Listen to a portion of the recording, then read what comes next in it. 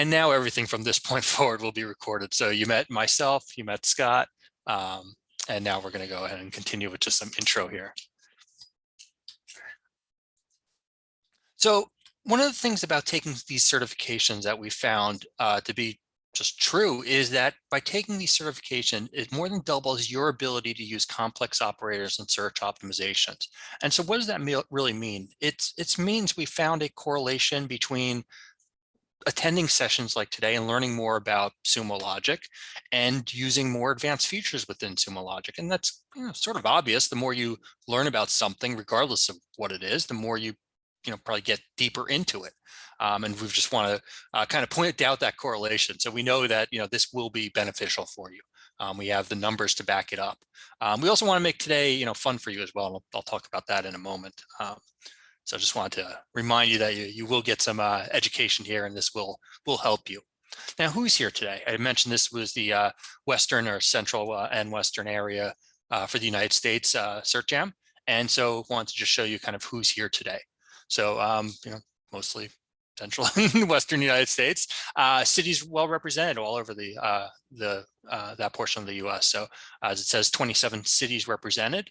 34 different companies, and the primary job role or function that you have is a DevOps security, and that kind of makes sense. Today is going to be discussing DevOps security tools, so you're certainly in line with that. If that's not your primary focus, that's perfectly fine. These tools and these queries and things we go over will definitely be beneficial regardless of job role, but certainly some of the security focus is going to be shown in the labs and the content. Now, specifically for the agenda for today, let me just refresh that real fast. There we go. I don't know why that flaked out. Here's the agenda. We'll stick to it sort of closely, but we split today up into two groups, if you will. You've signed up today to take 2 certifications. If you know it or not, hopefully you do. And so that we're going to be together from 9 o'clock to 4 p.m. and that's Pacific time. I'll be referencing that. Now, like I said, we split up the day into halves, into 2 certifications. The first certification is going to be cloud security monitoring and analytics. And so that's going to be, we'll talk about what that's going to be, but it's primarily security related queries within the Sumo logic interface or environment. Then we're going to go ahead and take lunch, and then we're going to do Cloud SIEM fundamentals, which is our Cloud SIEM product or add-on, and doing security, but from a different vantage point. Throughout the session, we're going to take some labs. We're going to do that together. We're going to do some content together. So we're going to do some slides, do some presentation. The labs are really going to be helpful. And then we're going to be taking a certification, and we're actually going to be taking 2 certifications today, 1 for each class. So the day, as I mentioned, broken down into halves with lunch in between. Now we're going to break up those halves a little bit further into thirds. So essentially each certification is 3 hours, 9 to 12, 1 to 4. Those certifications are more broken out into 2 hours of content, labs, slides, documentation, all that kind of stuff, and then an hour set aside for the exam.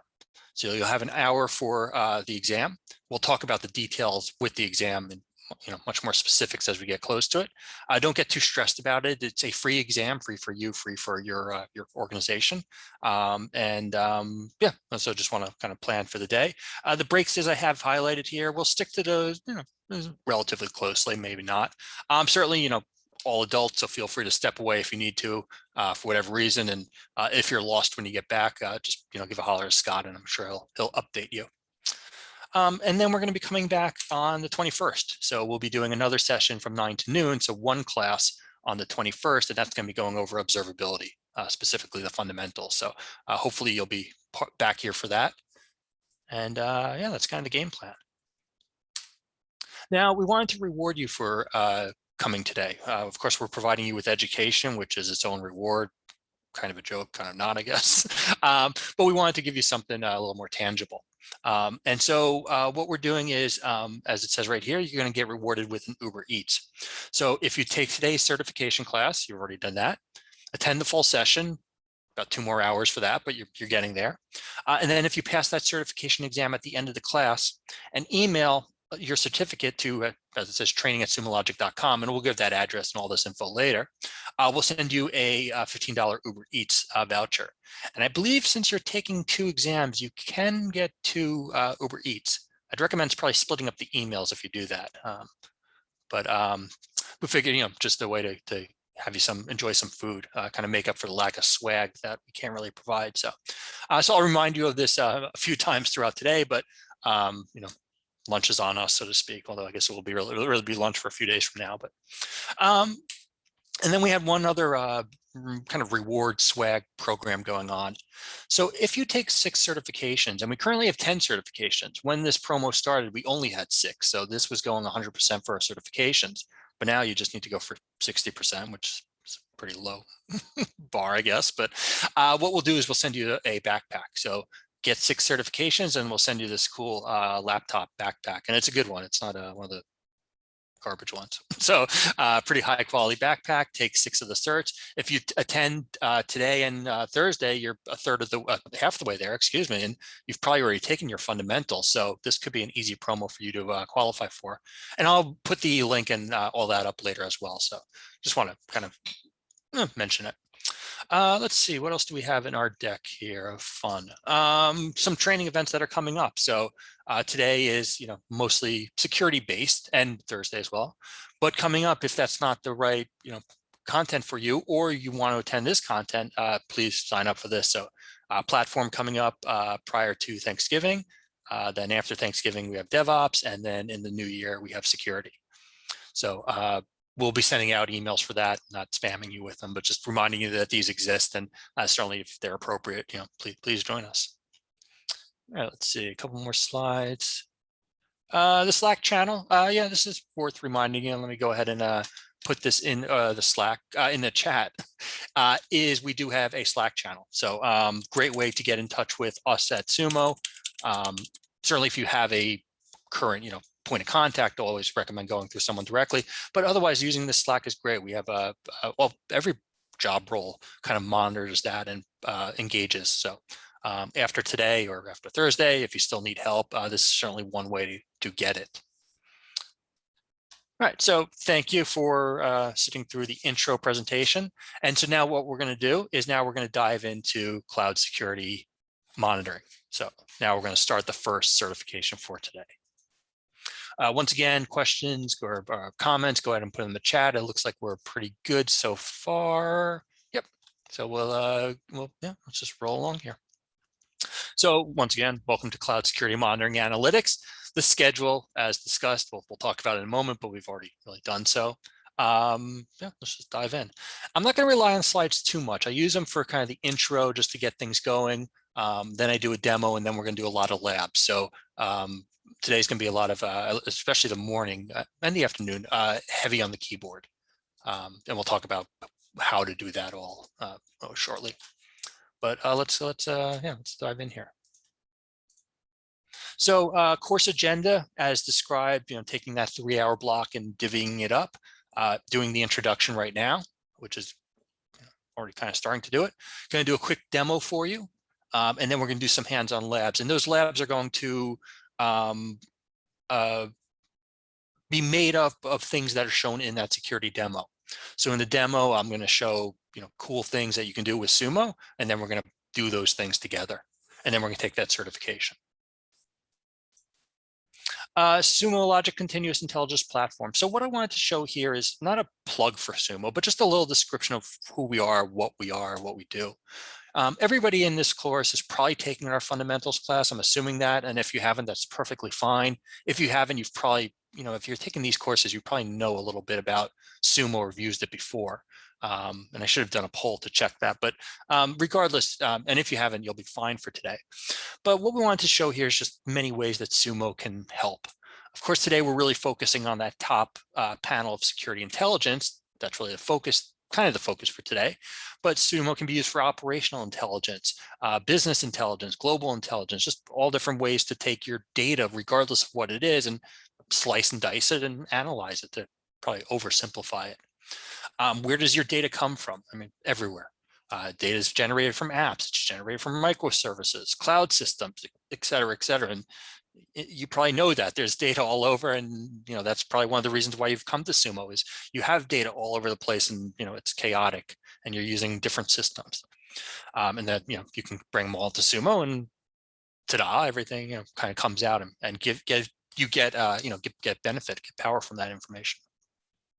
Our analytics, just to talk about them, quickly, they're multi-tenant, scalable and elastic, come up and down, always up and running, the multi-tenant different environments, APIs, advanced analytics, all those things that you rely on as whatever your role is. And that's where your people portion at the bottom comes in, is regardless of what your role is in your organization, you can benefit from Sumo, benefit from that machine learning, those APIs, the advanced analytics, all those type of things. So I just want to show that. You've probably seen this slide many times. We use it kind of heavily in our intros, but it's a good reminder of kind of what we are.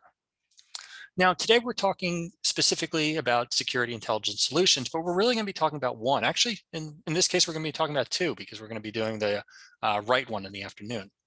But with security intelligence solutions, Sumo can help in really kind of three different ways. More than that, if you really want to get down to it. But the three ways, if we group them, are audit and compliance. So using Sumo to keep track of your audit records, your audit events, and making sure that you're in compliance and your data collection and ingestion is proper and stored for a certain amount of times and all that kind of stuff that comes with it. Now, we're not really going to be focusing on that kind of side of the world today. We have some classes that do discuss that, but that's not today's focus. Today's focus is security analytics. And as it says, utilizing searches, using dashboards and alerts, using advanced analytics to start to take all that data and provide security benefit from it, understand what's going on with your users, where they're logging in from, when they're logging in from, how many times, and all these different points of interest, I guess you could say, that might be relevant. And then Cloud SIEM. Now, we'll be talking about this in the afternoon. So normally in this slide, I would say we'll just be focusing on the center one, but in the afternoon, we will be focusing on that Cloud SIEM. And that's going to be great for threat correlation. As it says, workflow event management. We're going to go through a lot of labs that go through the Cloud SIEM environment. And if you haven't seen the Cloud SIEM environment, it's pretty cool. The image, I don't know how cool that image on the right is, but it's going to be a kind of a neat interactive environment to look at events. But that's the afternoon. I don't want to sell that too heavily. Let's focus on the morning here. So that's security analytics. And then kind of as the slide alluded to, the focus of security analytics will be these three kind of areas. Searches, so taking your data, using the Sumo language and popping out some result, hopefully a beneficial one. Utilizing dashboards, so taking that result and making it a visual potentially, turning it into as you see here, a bar chart, a line chart, a map, all those potentially visual components. And they don't have to be. Dashboards can contain just aggregated data like you see in the bottom, but even that's a more simplified view than just a whole set of data. And then advanced analytics. So using advanced operators, GeoLookup we won't really use the other ones, I'll just put them here as an example, but using some of those to do fancy things with the data, if you will. And so you'll see examples of that. Yeah, this is kind of more of just the idea behind ingesting all your data, regardless of what type it is or where it is, logs, metrics, and events, kind of shoving it into Sumo logic, and then being able to meet your compliance deadlines and identify potential security breaches and get goodness out of it. So, all right, so let's let me do my little demo, and then we'll dive into the UI. And we'll be providing credentials for that. So, all right, so my demo here. Here's my demo. It's really more of an explanation or a walkthrough than a true demo, but nonetheless, here it is. And what I want to show is this screen. Let me make it, although that's pretty big. That should be big enough, I think, for now. What I want to do is discuss this dashboard, what's going on here, why it's important, and how to do it. Now, the how to do it, we're going to replicate many of these in the labs that we're going to do in a moment, but I wanted to go through some of these and start to discuss the power of this. So here, for example, this first one on the top left, is SSO and non-SSO login locations. So what this map is showing me, and this is a map in case you should be able to see it there as a map. And I can make it really big as well. Is over the last 60 minutes, where my users have logged in from. Now, why would I want to know where my users log in from? Why is that a security related question? Now, it may be obvious why it's a security related question, but you might want to know where your users are logging in from, and more importantly, where your users are logging in from that you might not suspect. So here we're seeing users are logging in from certainly the US, South America, all over the globe. Well, let's say we are a US-centric company and we only have US staff. We're really just focused in the US, good old USA. And no, we don't have traveling salesmen, everything's local. And we see in this user access that there's somebody accessing our system or trying to log in or logging in successfully actually from Africa or South America or even Australia. That might be curious to us. Now, if we know that one of our salesmen or women took a flight, is visiting South Africa to visit family, and they're VPNing in or not VPNing in, and that's why they're logging in, that might make perfect sense, and that's not a security event. If we, once again, are in the US and we don't do business out anywhere else, and people are logging in from, or systems are logging in from these other locations, that might be concerning. If we see people or things logging in from China, that might be concerning. Once again, it might be a perfect explanation, but as a security person, this is going to be your job to investigate these type of things. So we'll show you how to do this map. It's really quite easy to set up. Threat intelligence. So this middle panel here, what this is showing is based on IP address. So we're using an entity, a thing, in this case, IP addresses. We are evaluating them for a malicious confidence and deciding if it has a high malicious confidence or a low malicious confidence. High being more concerning, low meaning less concerning. Now, how are we at Sumo Logic determining if IP addresses are essentially good or bad? Is really kind of what it's filtering out or deciding. How do we do that at Sumo Logic?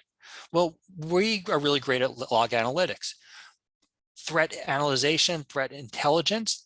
If you've ever heard of a company called CrowdStrike, they do a really good job at that. That's what their organization does. They basically monitor the internet and look at threats and see where they go and how they start and evaluate them. And so what we're doing here is we are taking their data. We at Sumo are providing you their data to analyze your IPs or other events of interest or things of interest and decide, is this malicious? Is this not? This data is quite expensive and we provide it to you for free. So yay us. But we'll show you how to use that and how it's accessed.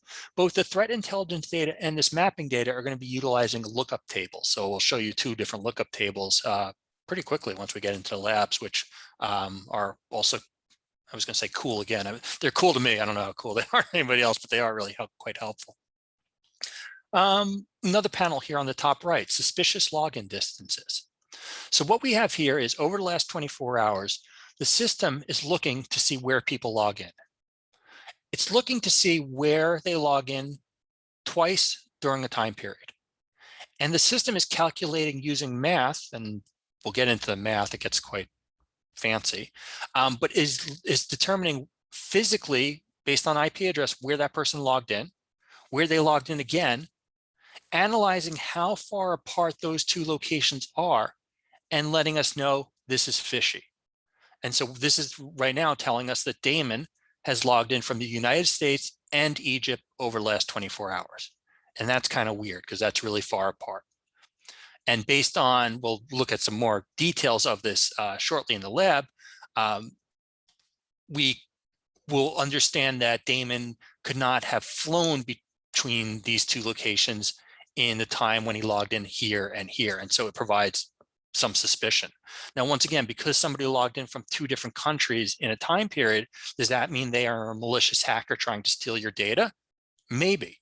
Maybe they are, which is not good, of course, but maybe they are, using VPNs or actually traveling. Maybe this is over a 24-hour time period, and Damon, potentially did, take a trip to Egypt and go to see the site. So those things are possible, and that's where you, as a employee, regardless of your role, will need to take this data and kind of put on your thinking cap, weird analogy, and decide, is this bad, is this good?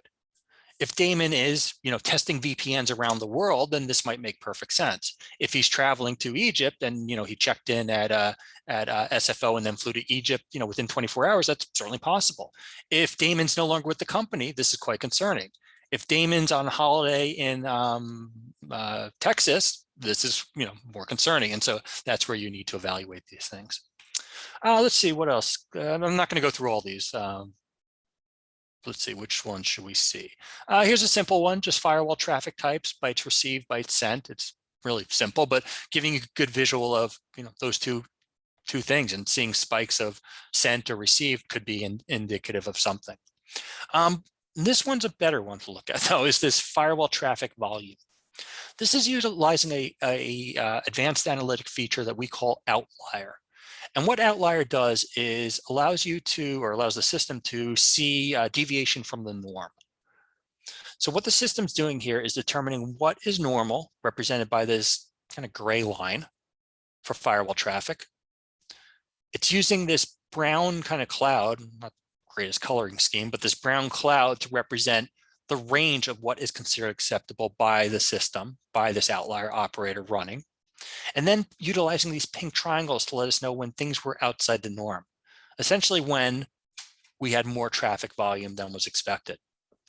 And what we can do with these things, if you haven't done labs like this before, and I think we do one like this later, is set up alerts so that you can start to be notified when your traffic volume is higher than normal, which is really helpful. It no longer forces you to periodically check the system. You set up an alert. The next time it happens, you get an email, and then you do what you do with that. So that's kind of cool.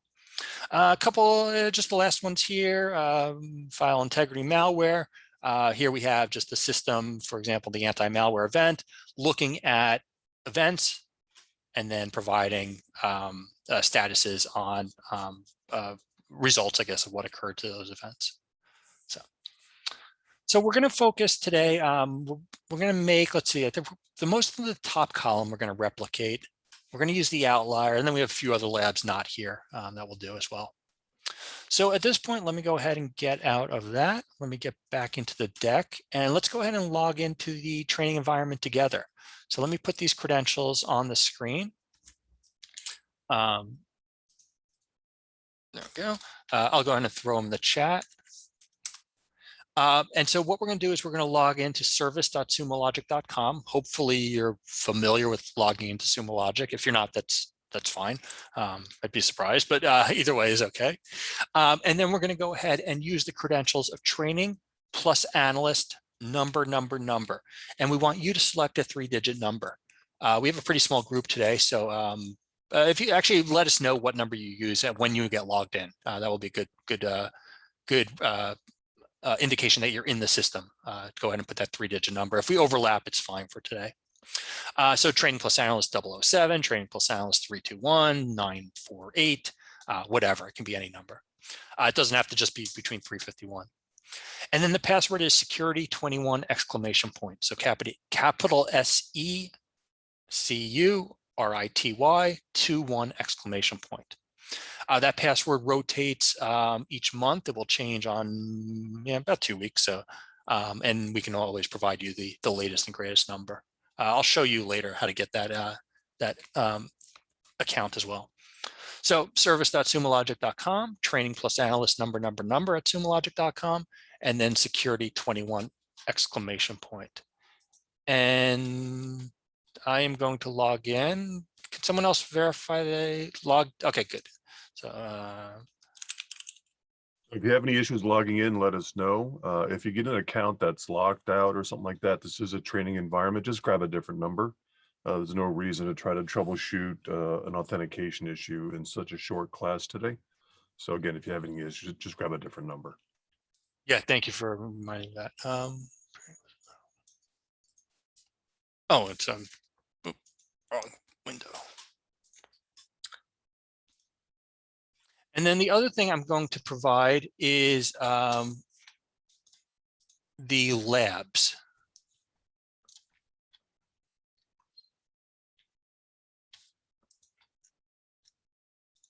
So I'm going to go put those into the chat as well.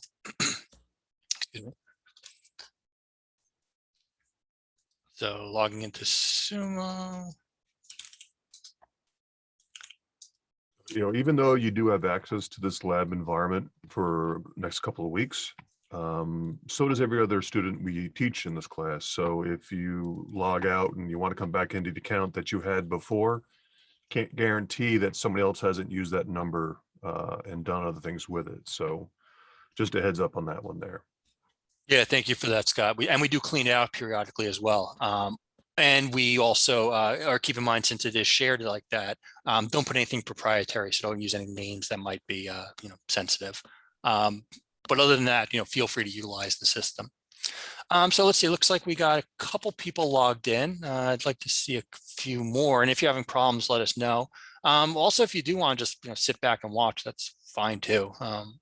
If you do log in, either put your 3-digit number in the chat screen, or if you want to raise your hand in the lovely Zoom interface saying you're logged in, great.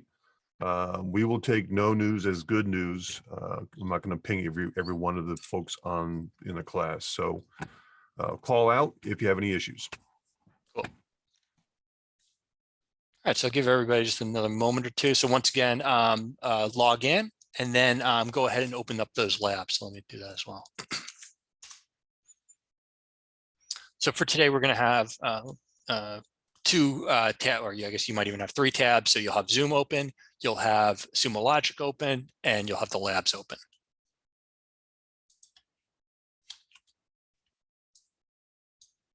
I'll give everybody, we'll just wait one more minute for others. And like Scott said, if you need help, don't be shy. Please, please ask. But all right, I'm going to keep going. Once again, let me know, but yeah, let's go. So once you get logged in, you should be in Sumo Logic. Most of you are probably familiar with it. Your screen, your system might have tabs open. As Scott mentioned, it's a shared environment, so it's possible that other people have logged in here before and there might be tabs open. Feel free to just close those. And we're really just going to kind of dive in here. So we're going to jump into the labs. Yeah, and so we're going to use the interface here. So for hands-on labs, we're going to start with lab 1.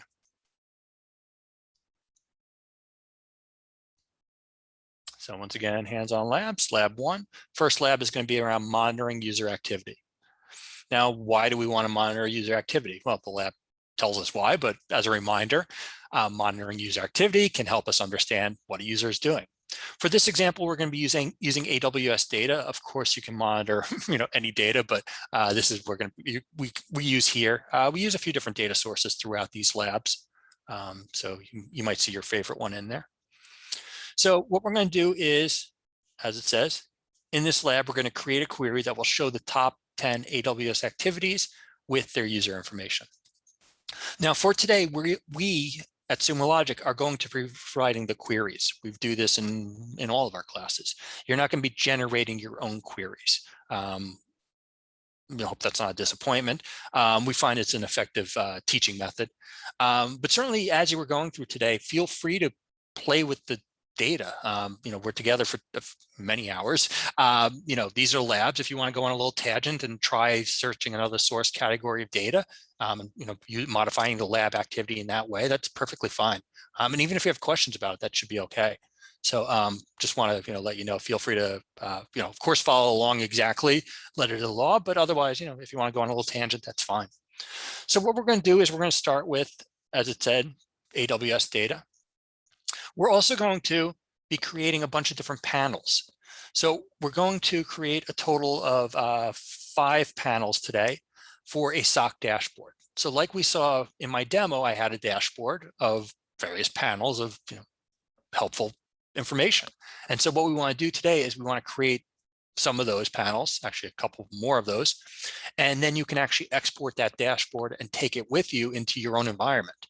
So if you're using AWS data, you can take these queries, copy and paste them into, not even copy and paste them, it's really export them through a JSON or copy and paste, import them into with the proper source categories, and the queries should run. So let's go ahead and take a look at this one. So in this first one, what we're going to do is I'm actually going to grab 4 lines of the query. I'm going to, when I discuss it, I'm going to go line by line, but it's just going to be easier for me to grab all 4 lines of the query and copy and paste them in rather than doing line by line. So I'm going to grab that portion of the query in step 1. I'm going to go back into Sumo Logic. I'm going to do a new log search, which I can do by either going to the blue button and going to new log search. If I'm the first person to be in Sumo, it's going to give me these kind of helpful tips, which they are helpful. If you haven't seen them, they are good, but not really needed for today. And I'm going to paste my query in here. Now for the lab, it did want me to use the last 24 hours. So I'm going to respect that. I'm going to go up to the time option and select last 24 hours. Now, before I run it, I am going to comment off a couple of lines here because I want to go line by line and explain what this is doing. And what you're actually going to see is we're doing more than we need to, but let me explain that in a moment. So what this query is doing is it's going to pull, when I click start, it's going to pull CloudTrail data. And then what I'm doing here, although I have these lines commented off, but what I would be doing is taking different fields from this data and turning it into other fields, basically renaming them, those fields. Now I'm going to click start here, or the search window. And what I see here is my log message. And once again, the helpful tips I'll turn off. So here I see my AWS CloudTrail log message, as I should. Now what I can do here, and what the lab is having me do, is starting to rename some of these fields. So for example, under user identity is a nested field called, where is it? Should be username.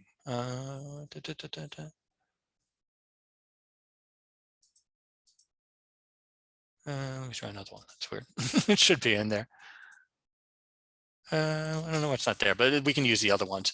So for example, we should have, let's see, event type should be in there. Yeah. So here on this third line, we have event type. Now, event type is formatted or structured in this way. We want to rename it to have an underscore. And so what we're going to do with these next couple lines is do exactly that. Take these fields and rename them. So here it did find my user identity.username, and that actor is Kevin. So what we're now starting to see is Kevin did an AWS API call from this IP address. And now we're starting to monitor user activity.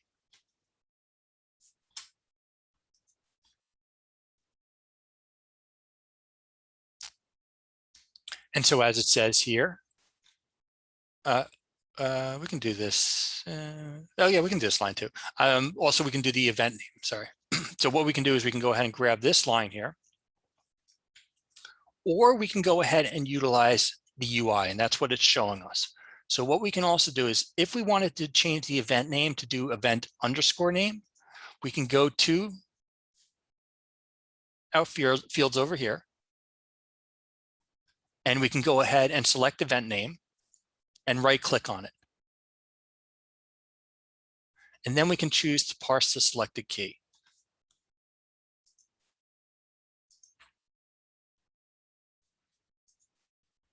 And then what we can do is we can then say as event name. So in this case, we're using the UI a little bit, but we're also typing it in. But it's the same end result. Now when I click start, I'm going to have a new field called event name, and more specifically event underscore name. And so now I see Kevin did an AWS API call for the event or the event resulting event of get bucket lifecycle. All right, they get more exciting. So hold on here. So now what we want to do in step 5 is we want to create a filter. Now the filter we're going to type in might sound silly, but there's a reason we're doing it. So what I'm going to do is I'm going to copy this line here that says where event underscore type matches event underscore type. So I'm going to go ahead and go to the very bottom of my query. I'm going to do a shift enter for a new line. I'm going to paste that where event type matches event type. And I'm going to run it just to make sure I don't have any typos in there.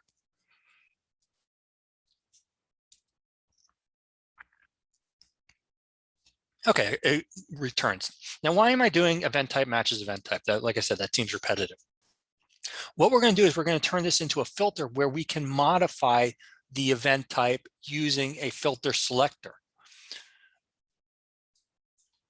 So let's do that. What we're going to do is we're going to highlight event type, the second event type in that line. And when we do, there should be a little pop-up that says create a parameter. So like I said, I'm going to highlight the second event type. And when I'm done highlighting it, there should be a pop-up that says create a parameter. And I'm going to click on create a parameter. And what I'm doing is turning this into a parameter. So I'm just going to follow the steps here. Really, the only step I need to do here is modify the parameter name to be event type. I could keep it as any parameter name, but I want to make it something that's going to be familiar to me. And then I'm going to click save. Now, once I'm done, I should have a parameter filter on the far right, or sort of right of the screen, for my event type. And that's what we're showing in step 8. Now, what I'm going to be able to do shortly, and I'm kind of setting it up right now, is I'm going to be able to sort eventually by event type. Do I want to search by AWS API calls? Do I want to search by other event types? And I can start to utilize that filter. Now we're going to go about this, I don't know why it goes a little, not backwards, but we're going to go ahead and include this next portion of the query here in step 9. So what I'm going to do is I'm going to grab that portion. I'm going to go to the bottom of my query and I'm going to paste it in. Now, what's the rest of this query doing?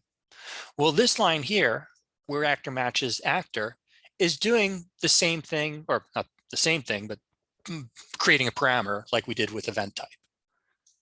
And so I could have created this event type parameter just by typing in those curly brackets.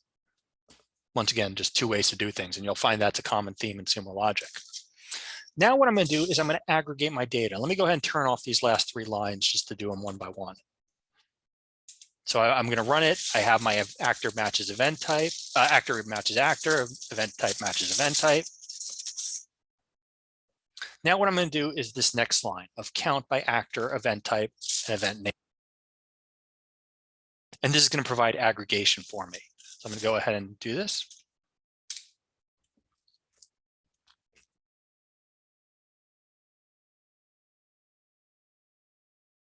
Oh, I need to put a actor. There we go.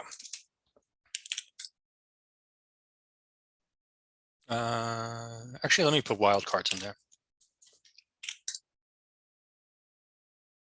There we go, sorry about that. So we should put wildcards in our parameters because we want to search for all the parameters. We're not filtering yet. We're going to do that in a moment. And then when we do a count, we do aggregation. So now we see for all of our events, all of our records, essentially, the actor, the event type, the event name, and the count. So over the last 24 hours, Mike has done an API call for creating replication groups 16 times. Goja has done attached group policy 1,200 times, and so on and so forth. Once again, data to figure out, is this good or not? If Mike is no longer with the company, this might be problematic.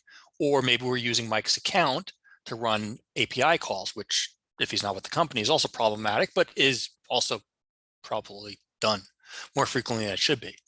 Now, the goal of this lab was to look at the top 10 users. Right now, I just have a list of a whole bunch of stuff that people have done over the past 24 hours, but I want to see the top 10 of them. And so what I'm going to do is top 10 actor, top 10 user, by event type, and count. So now I see that Kevin has done almost 2,008 sign-ins. Kevin logging into to sign in 2,000 times over the last 24 hours might be weird. It might not be. If his job, or he's doing processes that are logging in, putting up systems, that might make sense. If he's on vacation, that's concerning, and that's where this can help. And then what we're going to do is we're going to throw a transpose in there, just for good measure. And what transpose does is allows us to take some of those data fields and those dimensions and expand upon them. So now what we see is Ankit, we see the user, the actor, we see the action they did, and we see the frequency of the count that they did over the last 24 hours. All right, cool. Let's see anything. Oh, now we're going to create a chart of this. So as discussed earlier, searches, queries that we create, like we just did, are quite useful, and we now see our data, and good, this data could save our company from a security event or whatever. But there's other ways to express this data, and that's what we want to remind you of, the charting options. So you can go ahead and select a bar chart, a line chart. Line chart's over here. Pie chart wouldn't really, well, a pie chart would be relevant here. Sort of. It's going to filter out some of the data, but we have different ways to represent our data, and so we would want to pick the one that makes most sense to us. So I'm going to use the bar chart. You have the ability to play around with some of the properties and modify.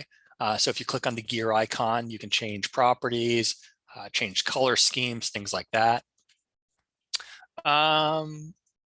Let's see what else in here. Let's do this portion here of, let's do this. We might as well finish this lab off right. What we're going to do here, and let me pause. I'm sorry, I've gone a little quick through all these. So what we did, just to catch everyone up, we're doing a query against user activity. We're pulling the data, we're formatting the data or structuring the data just to be more visually pleasing, really. Then we're creating parameters, and we're going to use those parameters in a moment as filters to only look for certain, as a filter does, look for certain criteria. We showed a couple different ways to do the parameters. We're doing now, or just did, we created a chart, so showing that visual element that's there, modifying that chart to play with colors, which for some organizations is a really big deal. They want certain color schemes. And now what we're about to do is customize the parameter. So what we're going to do is we're going to utilize a lookup table.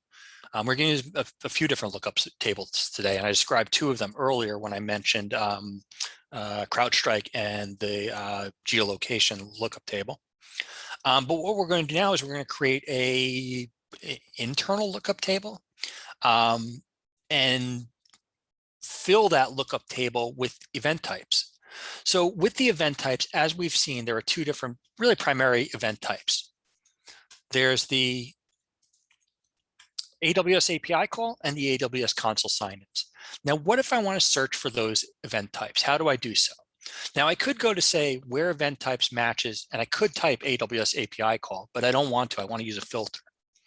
So what I want to do is I want to create a filter here that's going to populate with the event types that exist within my data, rather than me kind of guessing what event types are available. So that's what step 11 is having us do, is create this lookup table. So let's go ahead and do so. We're going to go to the parameter section, and specifically the one for event type. I think we do the one for actor in a few moments. We're going to go ahead and select the three dots, and we're going to choose manage parameter settings. We're going to go ahead and now really kind of just fill in the blanks here. What we've created for you is a shared event type lookup table that has the lookup types of AWS API call and whatever login console sign in or whatever it was. So we're really just going to fill in the blanks here. So event type star string, I think that's all automatic. And then we're going to go to this set values for parameter. We're going to select a format. So what do we want to use to autocomplete our value here? We have many different options. We're really focusing on lookups right now. And now we need to tell the system where that lookup table is. So we're going to go ahead and copy the location of /shared/event types. So just pasting that in should work. We're going to select a field for the values. And so we're going to call it event type, just to keep the name the same. And we're going to save it. Now, what should happen, I don't know why it's taking so long, it's normally even faster than that. What should happen is, as it says here, once we click start, we should have those options available to us in the parameter. So I'm going to go ahead and click start, or the search icon. And now if I go to event type, fingers crossed, it worked. and I remove the wild card, yeah, there we go. I now have a pull down. And now I can go ahead and say, just show me AWS console sign-ins. And now I'm just seeing those console sign-ins. I want to switch it, delete console sign-in. It's going to pre-populate. I can select AWS API call. Now I'm just seeing that one. And of course, if I want to see both or all of them, then I would do wildcard. Just a quick maintenance of the window. So Please. if you're getting a whole bunch of search tabs on the top, we've been kind of building them as we go. But if you go up there, click on the dots, you can close all the other tabs or close all tabs, right? So if you're working on one, you want to close out all the rest, you can. The other thing that's pretty cool is on the left-hand side, recently opened by me, as Josh is creating these, look at the list of all the filters. So, it kind of keeps like a cookie trail of the different filters that he's been creating. So just, as you're working with the interface, especially in a lab environment, you may log in and you may see like 8 tabs opened up. Well, it hasn't been cleaned up yet. So you can always go in there and close all the tabs. Just a quick, user interface maintenance. Yeah, thanks for that, Scott. Good reminder. All right, so now the final step of this lab. This first one is so long. So now when we run the query, we see the filters. Now the last thing we're going to do here is create a panel. So what we're going to do is we're going to actually create a dashboard and then put that panel into the dashboard. So at this point, we have our table, and I'm going to go back to our graph. Now this graph is great. I'm benefiting from it. I'm learning information. I get an overview of information, blah, blah, blah. But I want other people to see this dashboard, this panel, and I should keep the language correct. This is a panel. What I can do is I can add this to a dashboard, and that's what I'm going to do right now and what we're going to do right now. So we're going to click Add to Dashboard. We're going to give the panel a name. So when we look at this panel of data in a few moments, what is it showing us? Well, it's showing us top 10 user activity. And so that's probably a pretty good name to call it. Call it whatever you want, of course, but you'd want to call it something that's going to be helpful to you and others. Now for the dashboard, you might have a dashboard that you're already using, but in this case, you don't, you're new to the system. So what we want you to do is create a dashboard using this naming scheme. So SOC _ your initials and the 3 random numbers. If you forgot what numbers you're using or whatever, just something kind of familiar to you. So I'm going to call mine SOC JB _ 432. When I type that in, if there's already a dashboard that exists with that name, it will link it. If it doesn't, it allows me to create a new dashboard, which is what we want to do. So I'm going to click Create New Dashboard. I do have the ability to put this in a specific folder. For now, I'll just put it in just the normal folder. And then I'm going to create in dashboard. And what I should now have is a dashboard. Let's see. Oh, we want to choose the classic. Oh, well, it still should have worked. Let's see. So we have new dashboards that we launched fairly recently. But the query should, I'm just going to try it, create a new in the old dashboard. There we go. And the reason is, actually, I do know the reason. It's the parameters have changed in the new dashboards. So for today, let's go ahead and use the old dashboards. We don't want to use the new ones. Yeah, just for today. And I apologize for that. I should modify that exercise to the parameters are just done a little bit differently. And now once we're in here, we now have our dashboard with our panel.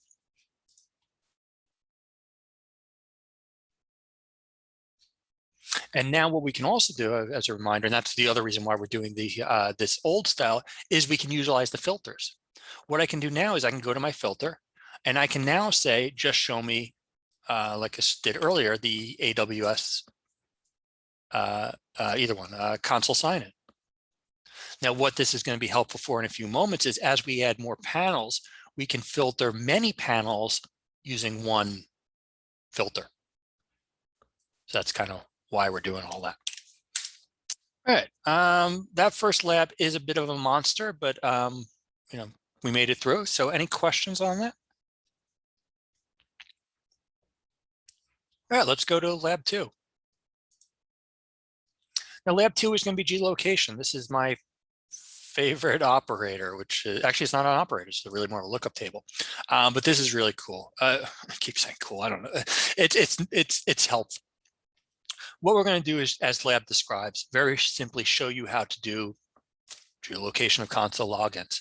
Essentially how to utilize an IP or take an IP, associate a physical location with that, and then see it on a map. That's really what we're doing here. The lab steps we're going to go through are going to be involved like they previously were, but as you'll see, the geolocation portion of the query is really just 1 or 2 lines. It's quite simple to utilize. So let's go ahead and start to utilize it. We're going to continue to use AWS data, CloudTrail specifically. And so we're going to go ahead and continue with the lab. Now I'm going to go ahead and I'll do step 2 first. Step 1 is grabbing the source of data, which is that CloudTrail data. Step 2 is grabbing that data and using the fields like we did earlier. So I'm just going to grab the whole thing just to save a moment of time. Paste it in. I'm going to run it just to make sure it works. And I always encourage you to do that. Last 24 hours just to keep with the theme of the lab. And now, like I have and you should have your results, and they should be pretty similar to the results we had earlier. Besides, there actually is a field called result now, but other than that, it's once again those event types, that IP and that actor, that user. Now, what we're going to do here is we're going to go ahead and, as it says, we're going to create the parameters. So like we did earlier, we can go ahead and create those parameters, highlighting that portion of the field and then creating a parameter, or we can just add the brackets. And basically what we're going to do in step 4 and 5 is we're just going to kind of copy it all, just steal it. So just because we're going to create those filters every time we do these queries, it's going to get quite repetitive. So what it's doing as a reminder is it's going ahead and filling out or creating the parameters for us.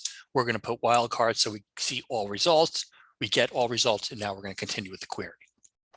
So once again, we're back to this data, these filters, and now we want to do something with the data. And now here's where the lab is relevant. This line here, this one line, it does a lot. So let's grab this line and let's talk through what it's doing. I'm going to paste it in, and I'm not going to run it right now. All right, so what's this line doing? This line is using the lookup table to take IP addresses and view them in that lookup table and associate a physical location with that. Now, how is it doing that? It's using an outside organization. As I mentioned earlier, while Sumo Logic is great at login analytics and all that stuff that we do for security, for threat intelligence, we rely on a company called CrowdStrike, who are experts in the field of threat intelligence. In the field of geolocation and where IPs physically reside is a company called Neustar. That's what they do, is they associate locations with IP addresses. And they use, or their technology is used whenever you go to a website and you get your local news and sports, based on that, and more likely local advertising, it's based on that technology. And that's what we're utilizing here. Now, how are we utilizing it? Through, as I described, a lookup table, and that's what this line is doing. Now, this line is going to read easier if we read it from right to left. One of the few lines that does. Lookup tables, just as you'll see, right to left is easier. So let's go through this line. What are we doing here? Now, the first thing we're doing is we're taking a source IP. Here's our source IP. Now, as a reminder, we actually, in the data, the field is called source IP address, and we've renamed it to source IP because that's terminology we use at Sumo Logic or at your company. We didn't have to rename it. We could have done source IP address here and spelled it out. We just didn't. So the system is going to take the source IP, in this case 125.207, whatever, and it's going to compare it to the IPs that exist within that geolocation lookup table.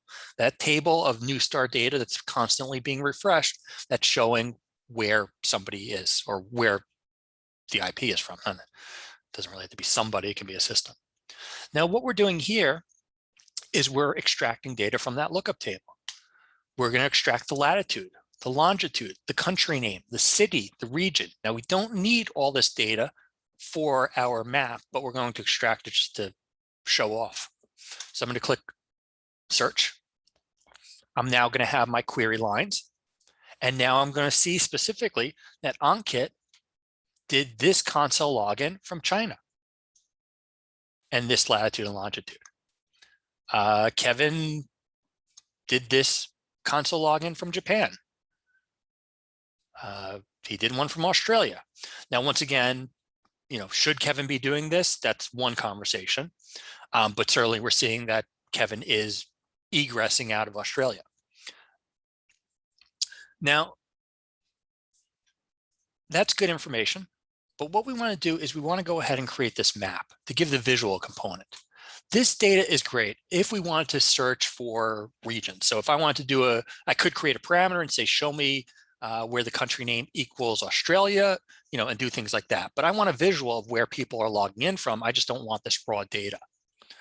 So what I'm going to do here is I'm going to add one more line, this count line. So I'm going to go to the very bottom of my query, paste the count line in. And before I run it, or as I start to run it, what it's going to do is when I do a count, I'm going to aggregate my data. You notice right now I have my data, but I can't put this in a bar chart. I can't put it in a map. I can't, it's just raw data, or not raw data. It's just parsed data. While counting it, now I'm going to group it. So I'm going to run that count. And now I'm starting to see the aggregation of these events. It's showing me here, for example, that Kevin from this IP, which is located in this latitude and longitude, which is China, he has done 3 times over the last 24 hours. Ankit has logged in from Italy 3 times over the last 3 hours. Now, this data is good, but once again, the map component is what really is the whole point of this lab. And to get this map, all I need to do is click on the map icon. To create the map, I need to have the latitude and longitude. The country name is not needed, but I'm providing it here just to kind of show off, not show off, but to demonstrate. But let's go ahead and select the map icon. And now what I have is a map with all these different locations that people have logged in from. And once again, someone logging from China might be important. It might not be, but the data is showing this. And now what we're going to do to finish it up, although I think you'll get, you kind of get the visual just with this right here. Imagine this on a big screen and showing you where your users are logging in from. This could be also, we're talking about users and of course and security and all that kind of stuff, but this could be where your sales are coming from, where your, it can be anything, any physical location. So wanted to show that off. And like I said, it's pretty cool, but now we're going to take that and put it into our dashboard. So at this point, using proper linguistics for Sumo, we are in our panel. And what we want to do is add it to our dashboard. So we're going to go to the top right, click add to dashboard, kind of top right, add to dashboard. We're going to name this, so map, good enough for now. And then we're going to go ahead and utilize or direct it to our dashboard that we created earlier. I'm going to use this, just the JB one, because that was the classic one. Going to click add. For this, we can go ahead and just add panel. This is going to let us know that we, as it kind of says, we're creating additional filters, which we want to do. It's a good warning, but we do want to add panel. And now we can go ahead and we have our panel here. Now, what we can do is we can also start to filter. I can go ahead and filter on only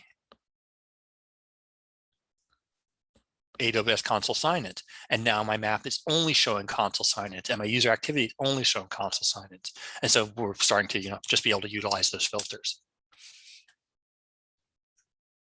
All right, any questions about that?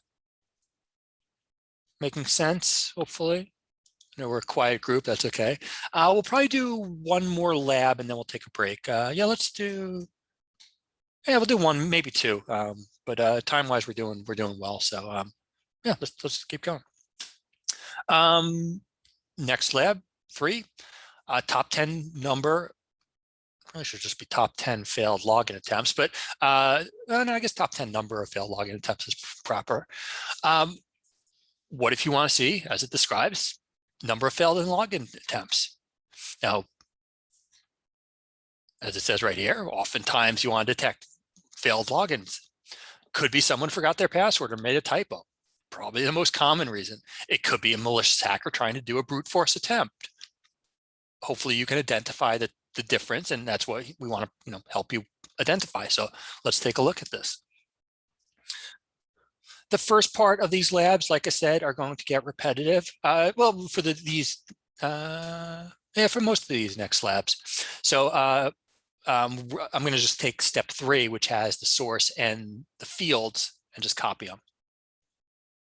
And actually, you know what? I take that back. I'm going to go even further. I'm going to go to step 9, and I'm going to grab everything from the source category to the where is empty for the actor and event type. So, and we're going to do this multiple times for the next few labs. So I'm just going to grab that whole content, because that's the portion of, once again, locating data, providing our basic filtering, and setting up our parameters. And so I'm going to run this. I'm going to make sure I have my stars in there, or wild cards, just to because I have to.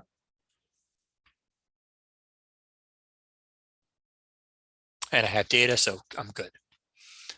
Threw the filter completely into the group chat. So if you want to copy paste out of the chat, you can do it there, or grab it from the class material. Cool, thank you, Scott. That makes it easier for some people. So now let's go ahead. Now that we have our data, now let's kind of get back into, and we have our the structure of our query. Now let's get back into the lab of what we're really trying to do here. So at this point, we have what do we have here? Oh, and I should grab these 2 lines as well.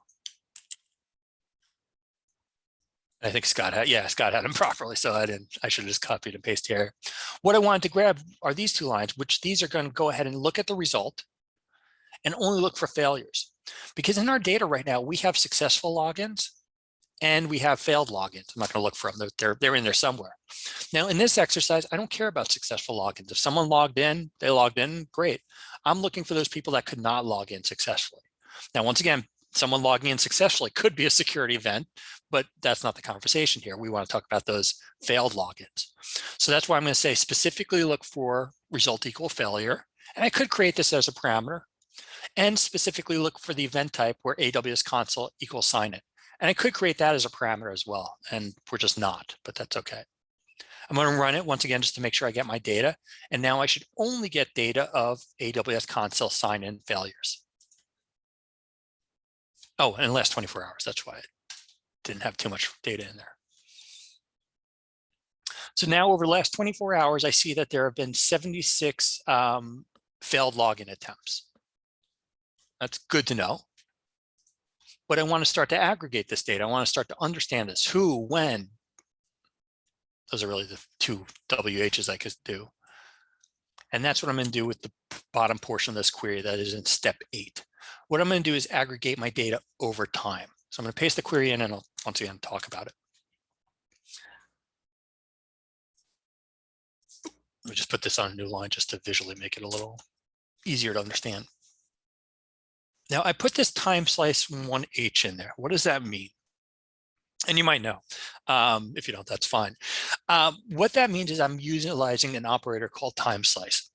When I don't use this time slice and I look for my data at the last 24 hours, I'm looking at all the last 24 hours. But utilizing time slice, I can break that 24 hours into buckets of time, in this case, 1-hour buckets. So rather than seeing from about 10 a.m. yesterday to 10 a.m. today, I could see from 10 a.m. to 11 a.m. yesterday, 11 a.m. to noon yesterday, noon to 1, 1 to 2, and so on and so forth. And so that's what I'm doing with this operator. And now what I'm going to do is count by the results of that time slice, by those 1-hour buckets, by the actor, by the event type, and by all this other stuff. So what I now see is, just going to let it finish loading. Oh, it's just about done loading. I see that from 2 p.m. to 3 p.m., Siraj failed to log in or could not log in successfully. I see from 9 a.m. to 10 a.m., Jay Schmo could not log in successfully. Now this is good, but I want to see the top 10 users or the top 10 count. And so I could go ahead and sort by the count column, or I can do it within the query itself and use the top 10 operator. So when I do this, the system is now taking that data and now showing me, although it should have sorted it. Oh no, it actually won't sort it until I sort it. But now what it's showing me is over the last 24 hours, Goja from 8 a.m. to 9 a.m. failed to log in 3 times. And from 7 to 8 a.m., he failed to log in 2 times. So that, using, and here's 6 a.m., so 9 a.m., excuse me. So over the last 3 hours, or during a 3-hour period, Goja failed to log in 6 times. Now, did he forget his password 6 times or have the caps lock on? Sure, possibly. If Goja is an automated process, that could be, more concerning.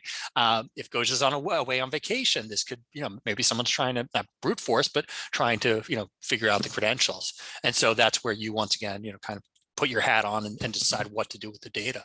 But that's what it's illustrating. So let's see, anything else in this lab? Once again, now we're going to go ahead and just add it to our dashboard. So we're going to go to add to dashboard. We're going to give it a title, top 10 failed login attempts. We're going to point it to our dashboard. We're going to click add. And now, once again, this add panel, the filter already exists, which is good.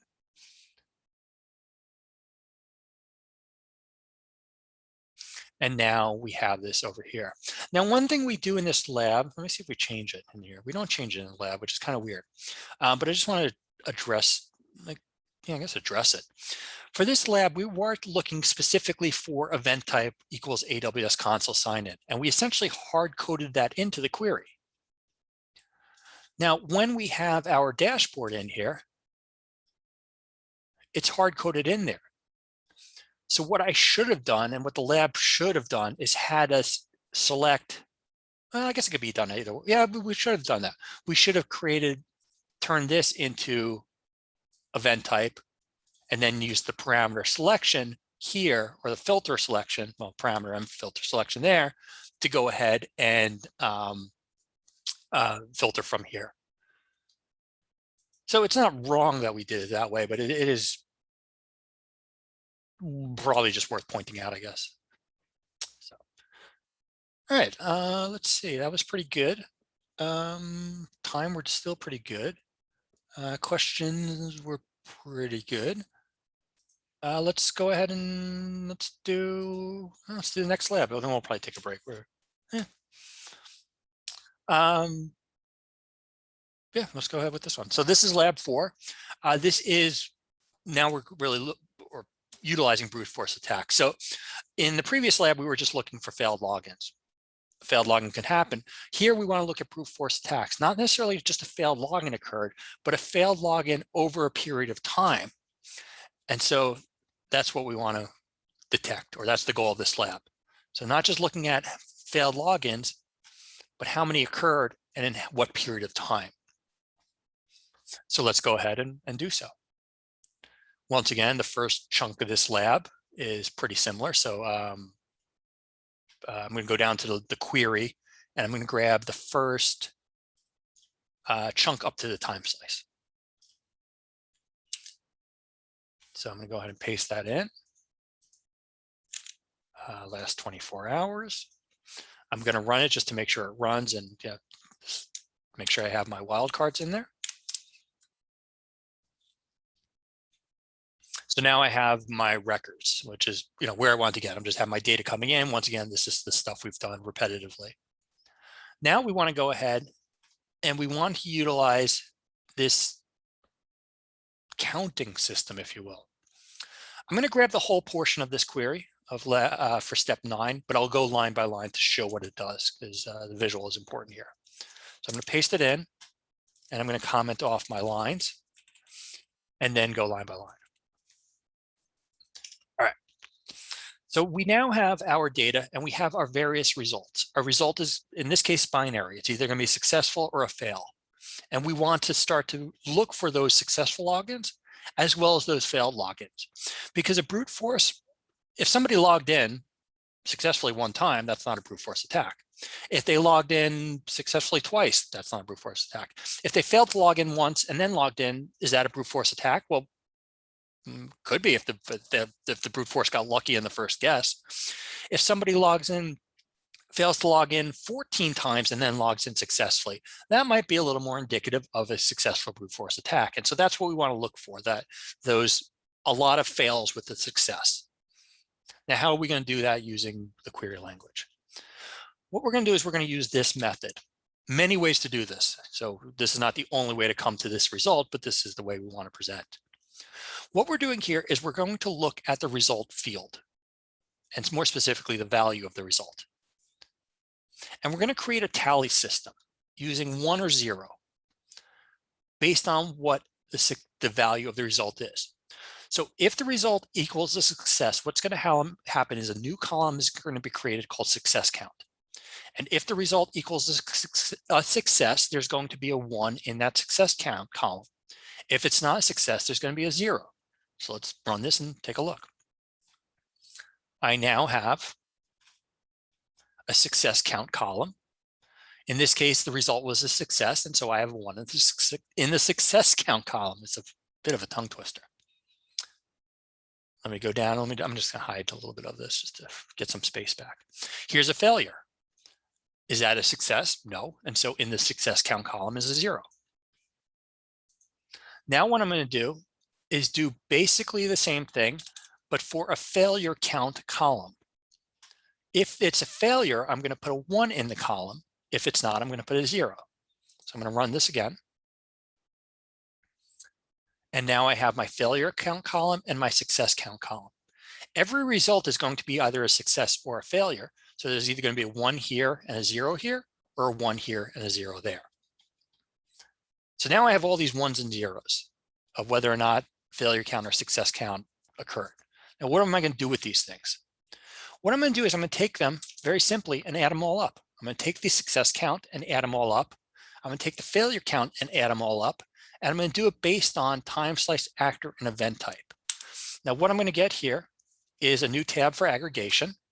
And now I see from 9 a.m. to 10 a.m., Ankit successfully logged into the AWS console sign-in 59 times and failed to log in 0.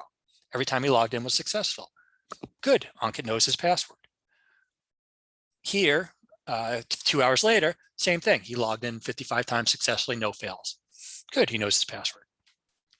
Now here, Kevin, from 11 to 12, he logged in successfully 87 times and failed to log in 3 times. Now, is that indicative of a brute force attack? No. Does it mean Kevin may have forgotten his password? Maybe. We don't really know, but it's starting to reveal a little bit more. This is a little more concerning than this. Now, what we want to see, I don't know if I have any great examples. Well, actually, we're going to do this with the data right now. So what we want to now see is we want to look for a failure rate percentage. So what we're going to do is we're going to say, only show us where failures are greater than 0. Because if somebody's logged in successfully during a 1-hour time period and never failed, that's not a brute force attack. That's a successful login. So only show me where failure is greater than 0. And then take that failures and successes and divide them and give me a failure percentage. And so here we're taking failure, taking success, dividing them, multiplying by 100, and we're getting a percent. Maybe not the most accurate way to do a percentage in this flip like this, but you get the idea. And so what we can do is we can now sort of evaluate good versus bad. If we go ahead and sort the failure rate percentage, here, the failure rate percentage was 16%. Here it was 2%. one's better than the other. Now, it's not as binary as, I don't know, it may not be as simple as this is good, this is bad, vice versa, but it is starting to give us that indication of these things happening. And if these numbers were reversed or much larger, if there were a much larger failure with lower success, that would really start to speak to a failure rate percentage and a brute force attack. So I wanted to show that as a way to take your data, utilize these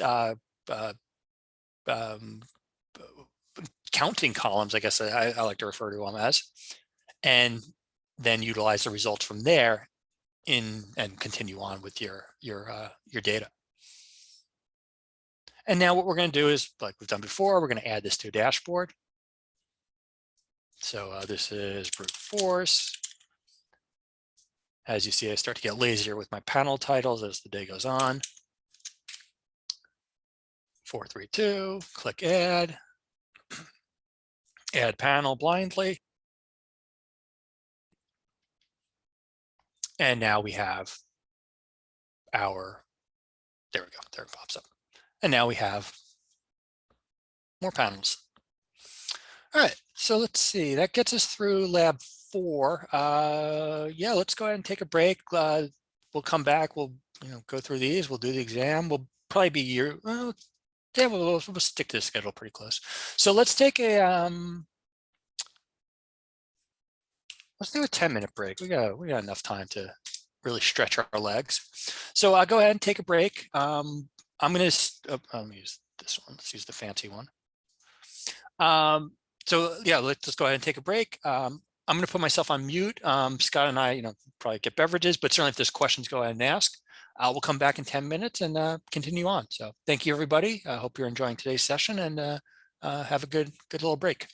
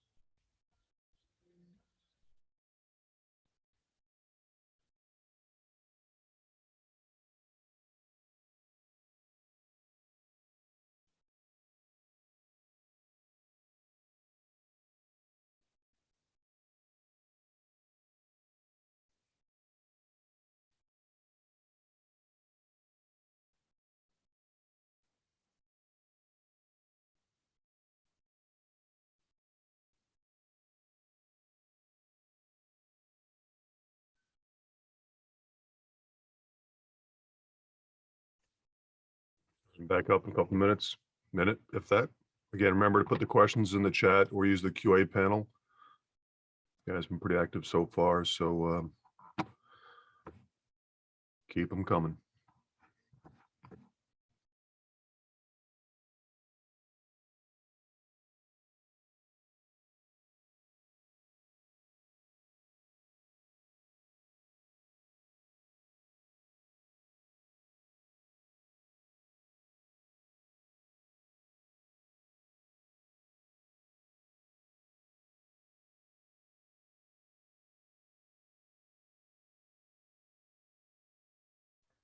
All right, everybody, welcome back. Hopefully you had a nice little break, got a little snack or stretched your legs. As Scott mentioned, keep those questions coming, but let's keep going here. So let's see, where did we leave off?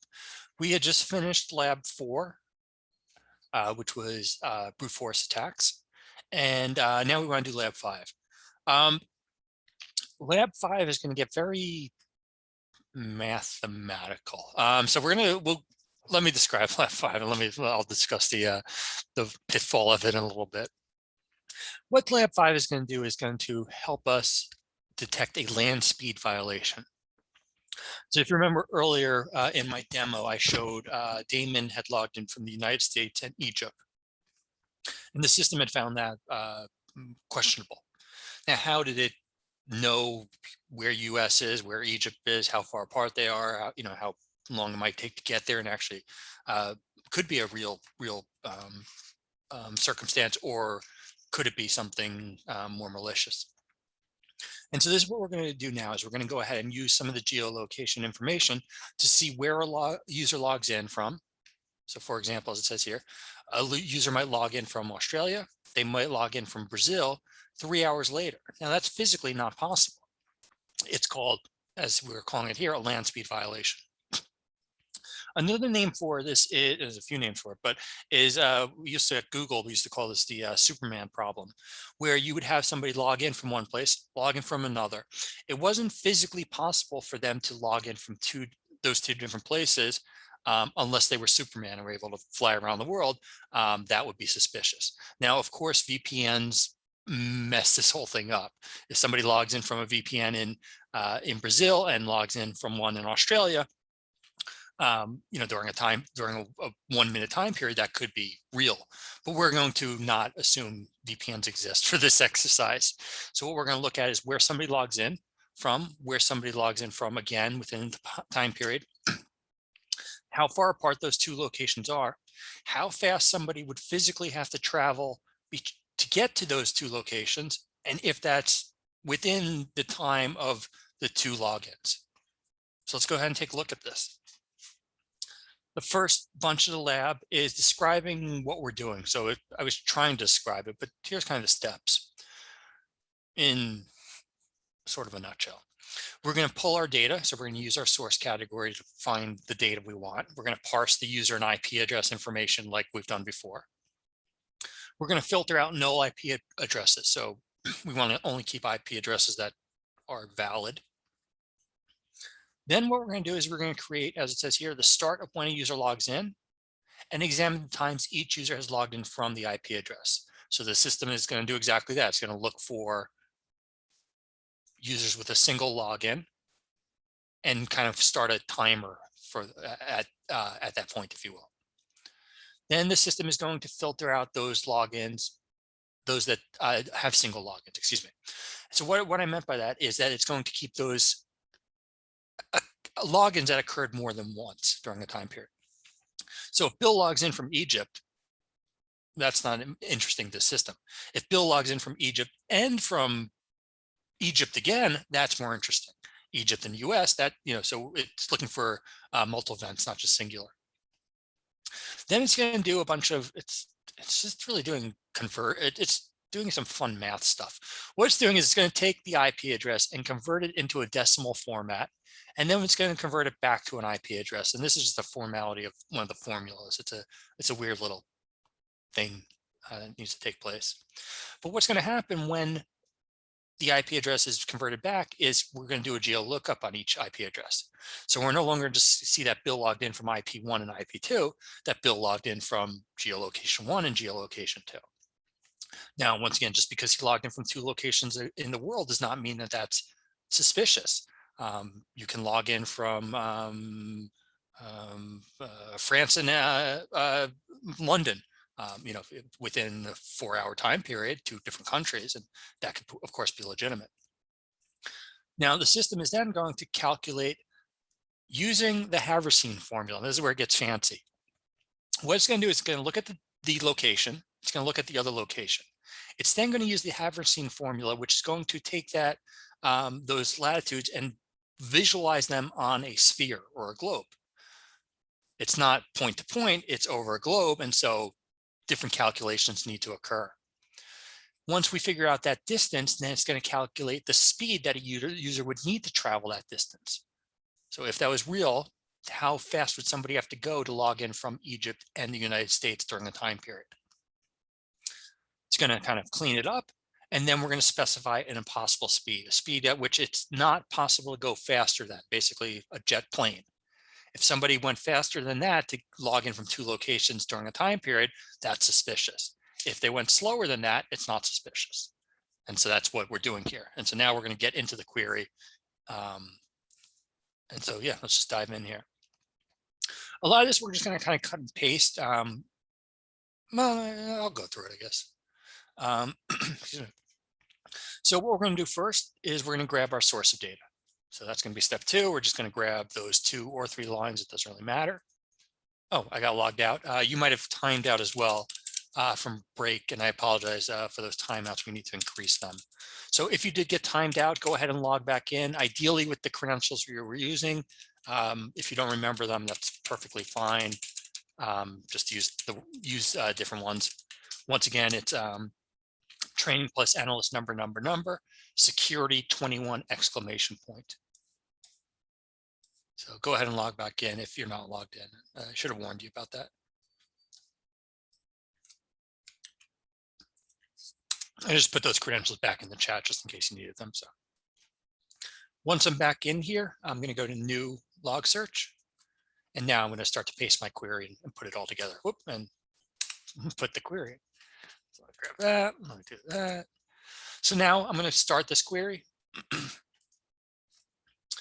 just to make sure it's running properly. And what I'm doing here is I'm pulling CloudTrail data, and then I am pulling essentially the user and the IP address.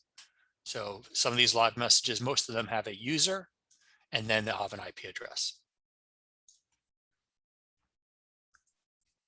Now what I want to do is I want to create a parameter for actor. So what this is going to do, it's going to create that filter for that actor. It's also going to find the first time a user logged in and what IP address. So it's starting to kind of, like I said earlier, almost start a clock, if you will. So I'm going to paste that whole portion in. When I do, it's going to give me that actor parameter, and then I need to make sure I put a star in there to go ahead and run the query successfully. And now I'm going to run it, and once again, just make sure it returns data. And so now what I see is the user, the IP address they logged in from, and the login time expressed as, I want to say this is called epoch time. And what we'll do later is convert it to kind of normal time, if you will. And so as it says, the result should look like that. Now what we're going to do is we want to go ahead, and this is where it gets just kind of, this specific for this lab. This is not something, this IP address conversion that you'll be doing on a regular basis. Yeah, probably not. So what we're going to do is we're going to take the IP address and convert it into a number, and then show that IP address that was previously used and previously logged in from. So we're starting to see, this is where somebody logged in one time. This is the previous login, and we're starting to just kind of group those together. So there's a lot going on in this step 4, but that's really what's occurring. The IP is being converted to an IP decimal, and then the decimal IP version is going to be, as it says, a backshift to go ahead and start to look at previous events. And like I said, start the clock on them. And so once again, just running it just to make sure I'm pasting everything in correctly. So what we're now starting to see is the IP address, the login time, the IP decimal, so just that IP address expressed differently, and then the backshift and when that previous login occurred. So one login, another login, starting to get time here's the other login, starting to, or we'll get time differences between the two. Now, in this case, what you'll see pretty quickly is these logins actually happened at the same exact time. But we'll dig into that shortly. Now we're going to use the toInt to take the decimal version of that IP address and convert it back to an IP address with its octets. So the dots as separators. So here we have our octets of, although are they the same? Should be different. It doesn't really matter too much for this step.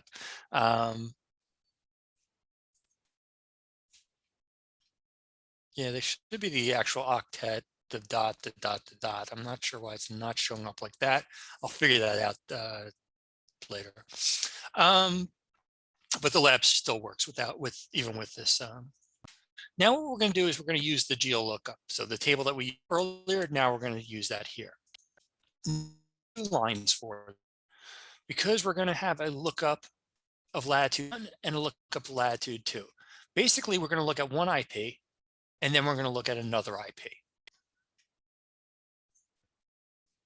And now what we should start to see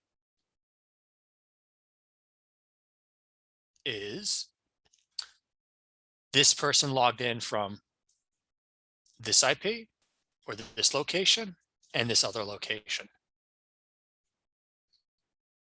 So now we're starting to get those locations in there. Now we're going to go ahead and use this Haversine formula. So now we have these locations around the world, but we can't just do a direct line, a straight line, because the world's a globe or a sphere and curves and all that kind of stuff.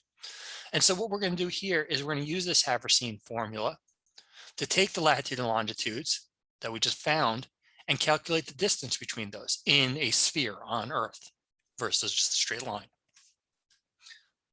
So Oh, I guess it's both a straight line. It's just with the curvature of the Earth. And so now I'm going to go ahead and paste that in here. And so now what we're getting is, once again, that distance in kilometers. So now I'm going to start to see, let me just hide, better show them this. Now I'm starting to see that how far did somebody log in from the previous location. Now I have my data here, but I really need to clean this up. And so that's what the next portion of this lab is going to be focusing on, is cleaning it up and formatting. So I now see the distance that someone is traveling. Now what I want to do is calculate the speed a user would have to travel in order for this to be successful. So I want the system to look at the login time, look at the previous login time, and then take that login time, divide it by the kilometers, the distance, and give us a velocity, as we call it, and show us where that velocity is greater than 0. So show us the speed somebody would have to be going at in order for this query to work. And did I just close? Oh,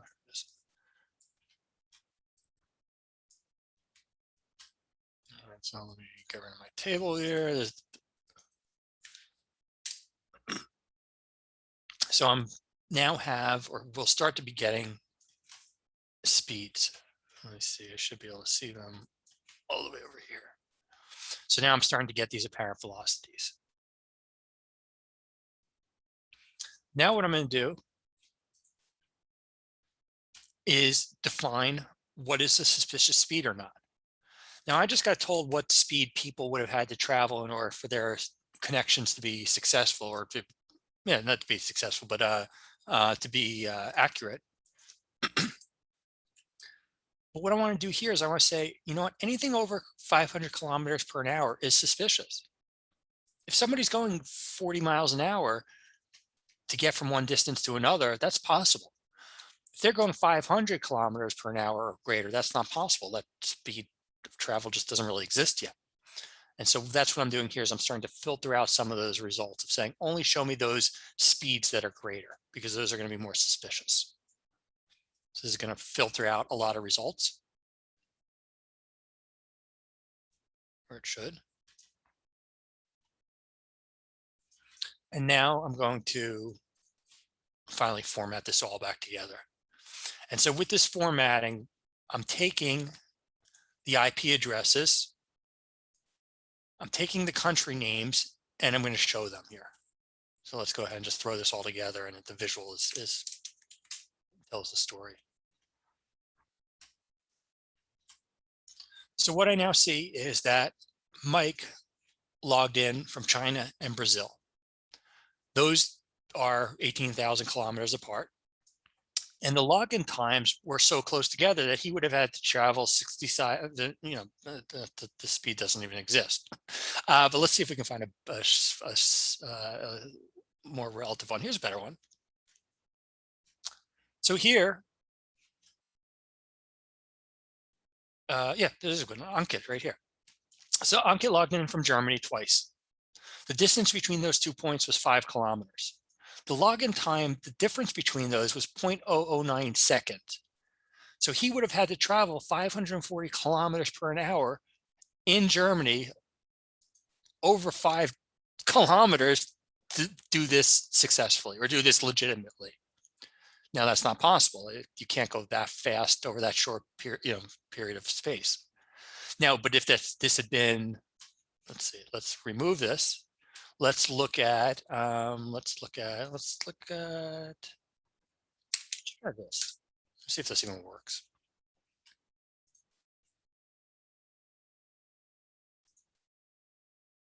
Okay, here's one. So here, yeah, here's actually a great example. So here, Goja logged in from the Ukraine and Poland, which are 1,000 kilometers apart from one another. He did it over 7 hours. So he logged in from the Ukraine, and then 7 hours later logged in from Poland. Now, is that legitimate? In order to do that, he would have had to travel 147 kilometers per hour. Now, is that legit or not? It might be if you took a plane, far enough, that plane goes fast and he gets there in 6 hours and logs in, and that makes perfect sense. If there's no planes available there, then this becomes questionable. A car could travel that fast, I guess kilometers per hour. Probably be going pretty fast though. But this is what it's showing us. So this lab, it's a bit of a chunk. There's a lot going on in here, and intentionally so. As Scott, and thank you for pointing out, shared the cheat sheet for the search operators in the chart in the chat, which is a great way to see some of these advanced operators. These things like the Haversine formula, you're not going to use every day. You may never use it again, but we want to show it to you as an advanced operator, some advanced analytics that you can use. Just to show you what Sumo can do essentially. All right. So now what I'm going to do is, like we've been doing earlier, I'm going to go ahead and just add this panel. So I'm going to go ahead and I guess I'll reset it to the suspicious speeds. And now I'll add to dashboard. Fast travel. My dashboard, there it is.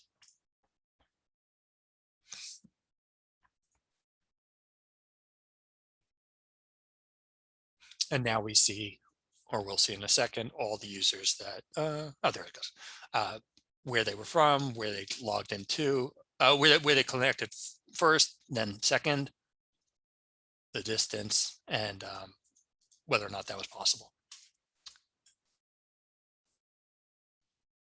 All right, cool. So any questions about that? And for the questions for that, certainly, feel free to ask. You guys are pretty quiet, which is fine by me. This does get, like I said, kind of into the weeds, but it is really just more to give a nice demo of it. All right, let's keep going. So lab number 6 is using search parameters, which we've already started to look at. But what we're going to now is we're going to create a lookup table. So earlier when we did the parameters, we had 2 parameters set up. We had the event type and the actor or user. I mean, the field is called actor, but it represents a user. Now we created we referenced the lookup table for the event type, where we went to the parameters and we pointed to that shared event type lookup table. Now what we're going to do here is show you how to create a lookup table dynamically. So let's do one. Let's show you how to do it. It's pretty helpful. So I'm going to grab the whole query here, and then like I've been doing, I'll just go line by line. So jumping into Sumo, create another new search, paste it in. I'll do my comments, and then show this.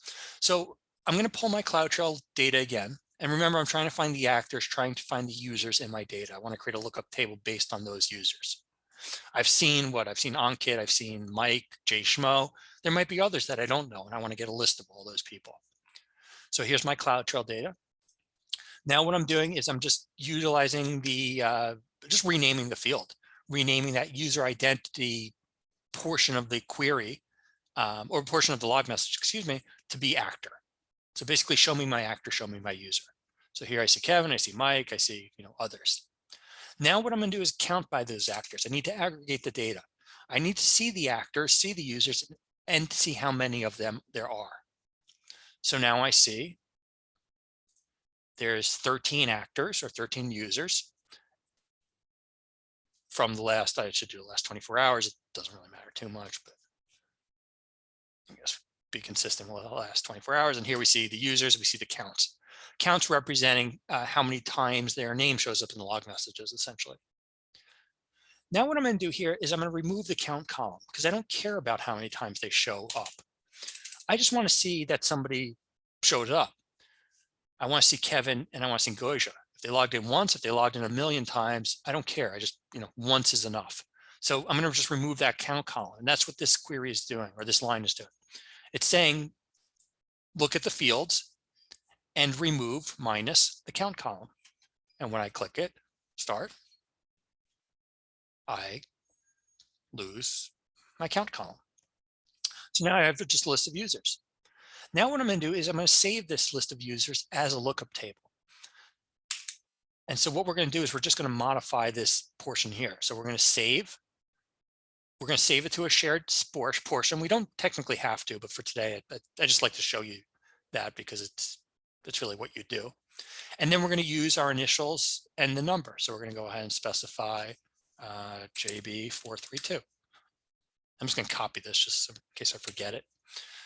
And so now I'm going to click start. When I click start, it's going to pop up this dialog asking if I want to run this query or really save this file query, and I do. And now it's going to present back basically what I just saw.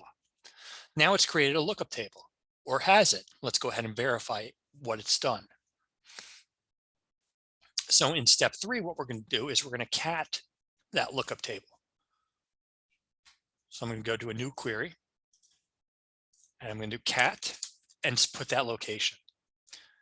And when I do this, and when I hit enter, what I should get is that list of 14 users. And I did. And you should be able to take my cat and view my list as well. Hedging a little bit on saying that, but that should run for you as well, because it's a shared lookup table, so anybody can view it.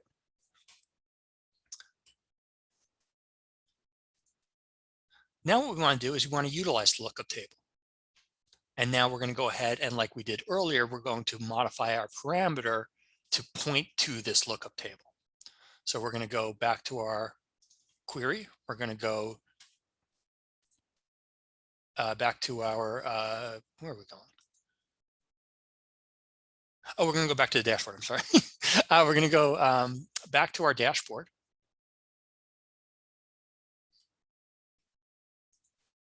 And we're going to go ahead and click on these icons. Now, it doesn't really matter. I don't think it matters which one we open up. So what we're going to do is we're going to go ahead and actually, let's do it this way. We're going to go back to let's do the top 10 user activity panel and click on the show and search.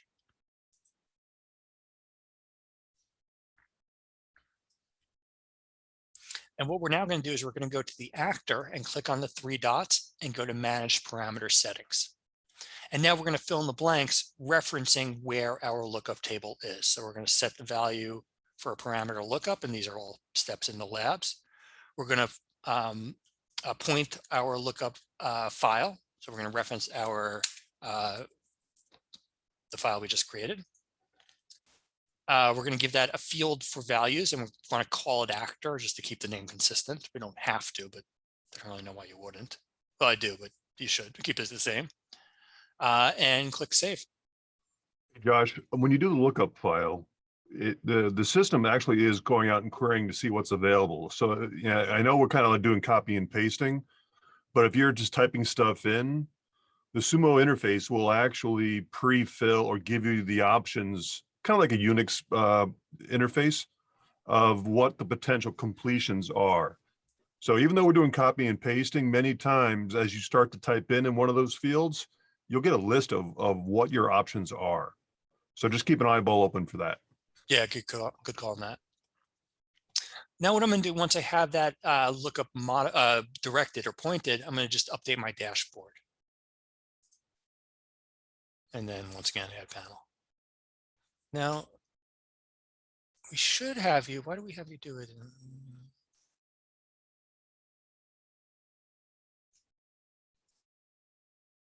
All right, so then, I'm sorry, let me go back to that. So we have our user activity. Now, if we go to our filter for actor, it should, there we go, cool, have our users. So now we can say, just show us James Gordon, what he's been doing. And now this should filter everything on James. So now we see, whatever.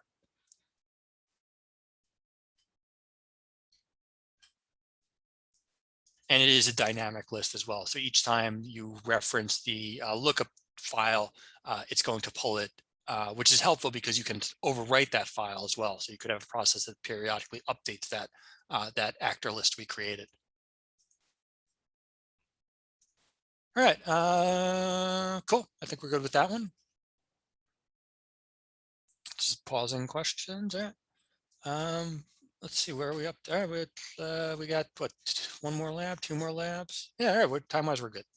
So lab number 7, this one I'm going to show. I don't know that we'll do it. You can if you want. What it's doing is it's what I advertised at the beginning. It's exporting this. So now we have a dashboard. We have a fancy dashboard that allows us to look at AWS data. It shows us the actor. You know, I don't want to say blah blah blah, but blah blah blah. You know, cool stuff. What we now want you to do, or if you want to do it, you can now export this file, this dashboard. When you export, it's going to export it into JSON.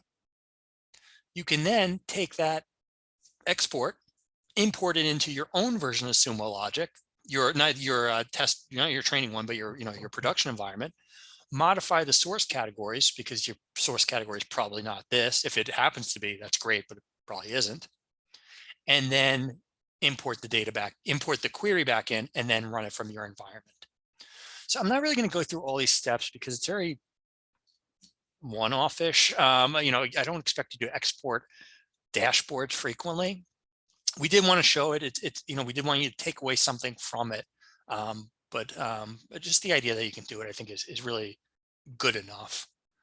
If somebody wants me to go through these steps, of course I will, but it's really, like I said, just kind of copying out the JSON, doing a find and replace, putting in the new source category, and then just importing it back in.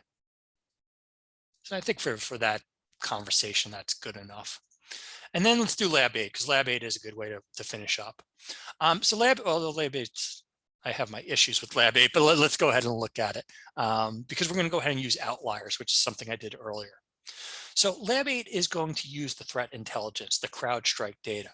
We referenced this data. We saw it. You haven't seen it actually, or you haven't had hands-on experience with it yet, so you'll get to play with it a little bit.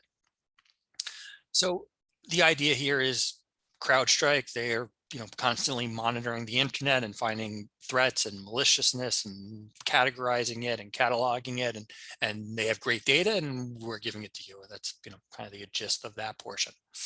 Now, to use this, we're going to use, as it says here, a few different things. We're going to start to use, we're going to introduce scheduled views here. It's not really the most exciting feature, but it's something that we kind of agreed we should show you. What this is something we call, as I said, scheduled views. What a scheduled view allows you to do, or allows the system to do, is take a query and run it periodically in the background. So as we've been doing with our queries, we take a query, we put it in the UI, we search, and at that time, the second we hit the search button, it does that search, pulls back the results, and we have the results, and good. If we want those results again, we have to hit either the search button again or paste that query back into a new window and hit search again and get another query. Scheduled views is going to run in the background. It's going to keep running the code over and over. It's going to run a search, keep the results, run a search again, keep the results, et cetera, et cetera. And what you're going to do is you're essentially going to say, okay, this time, to save me time, don't run the full query. Just show me the results that were most previously run, which is usually going to be within a minute of the query being run. So essentially the system's running a query, keeping the results. 1 minute later, running the same query, keeping the results, and so on and so forth. And so this is a way that you can start to use those results.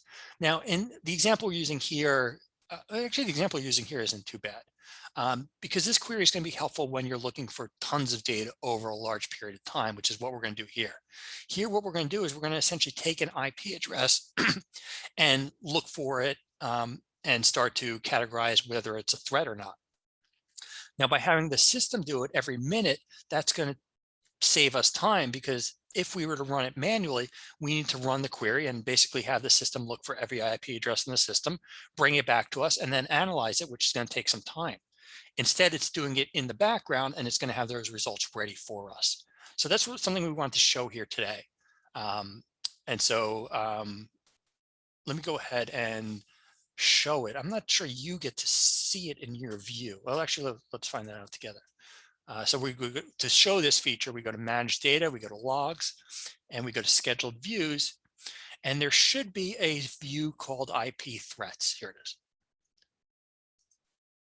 Now this one, I'm going to go ahead and copy the query. So for this lab, the scheduled view, we're really just showing you this feature. It's a little out of place in this lab, to be blunt. I'll paste the query into the chat, but we wanted to just show it to you as something that can be a helpful feature. We discussed this feature in our admin class as well. I think admin would go over this. So just wanted to show it to you, but it's a way to get our query. Now what we're going to do is we're going to take that query, or we can use the scheduled view, but I'm just going to take the query, I'm going to paste it in, I'm going to set it to whatever, and now I'm going to let it run. It runs pretty quickly anyhow, so but now I have my data. So what do I have here? I just ran this whole query. I have some really cool data, but let's go through what it's showing me. So many windows, sorry. So what we're doing is we're saying, look at all the data in the system, and from all that data, look for an IP address. And an IP address is going to be represented by the format of dot, dot, dot, dot, dot, dot, dot. So number, dot, number, dot, number, dot, number. From those IP addresses, don't show me an IP address that has 0.0.0 or 127.0.0.1, because those addresses are, no, they're not null, but they're, they're not valid for what we need. They're not external IP addresses, is really what I meant to say. Now I'm going to have a whole list of IP addresses. Now, what am I going to do with those IP addresses? Well, this line is going to show or tell me what I'm going to do, or I'm telling it what to do. This line is very similar to the geo lookup line that I showed earlier, but it's for threat intelligence. So it's going to read from right to left. What we're doing is we're taking the IP address and we're comparing it to the threats that exist within the CrowdStrike database. From that CrowdStrike database, if it finds that threat, don't bring back the latitude and the longitude, because that's not relevant. Bring back threat intelligence stuff. Bring back the type, the actor, the threat level. And the threat level, I'm going to actually call malicious confidence. So I'm going to take this threat level result and I'm going to rename the category or the field, because I just like that name. Now it's going to kind of do its thing. And it's going to parse a bunch of the data together. So what I now start to see is this IP address from this time, we are using time slices in here. We're using 1 minute time slices. So what I see is from, yeah, actually here, let's use the first and the second line. These are good examples. Sort of good examples. So the first the first line here at 508, so from 508 to 509, because these are in 1 minute time slices, this IP address popped up in our logs. CrowdStrike views this as a high malicious confidence. This IP address is known to be bad, essentially. Now, just saying it's known to be bad is helpful, but we can go further. We can start to identify the actors or the kill chains, and these start to identify why this is malicious, what it does, its behavior, naming schemes, things like that. And it's also telling us where this is impacted. So this IP address that's known to be kind of bad showed up in our guard duty logs. Now, did guard duty see this IP address and stop it? That might be great. Did guard duty let it in? That might be a problem. So that's what we're starting to see here. Now, the second line, this is a good example as well. Here, from 414 to 415, this IP address was actually detected twice. But CrowdStrike doesn't think much of this IP address in a good way. It has a low malicious confidence.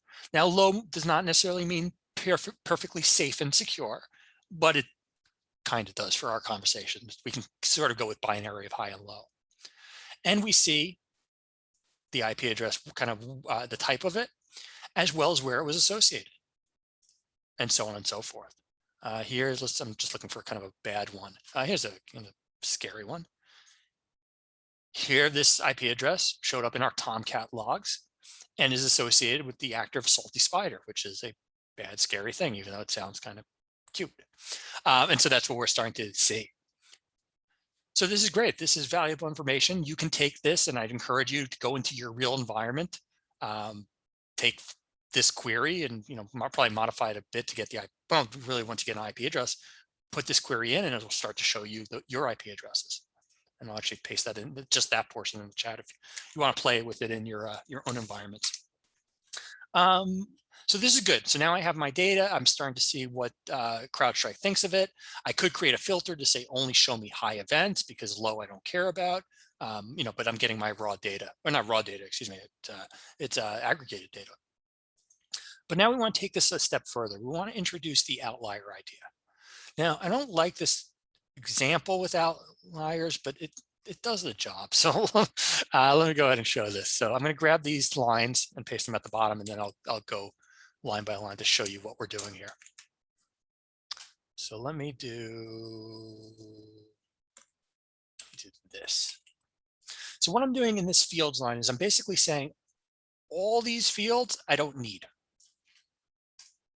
I don't really care about all these fields. What I do want to care about for this exercise is I want to group by time. And let me go ahead and do it by count. Let me see, this should work.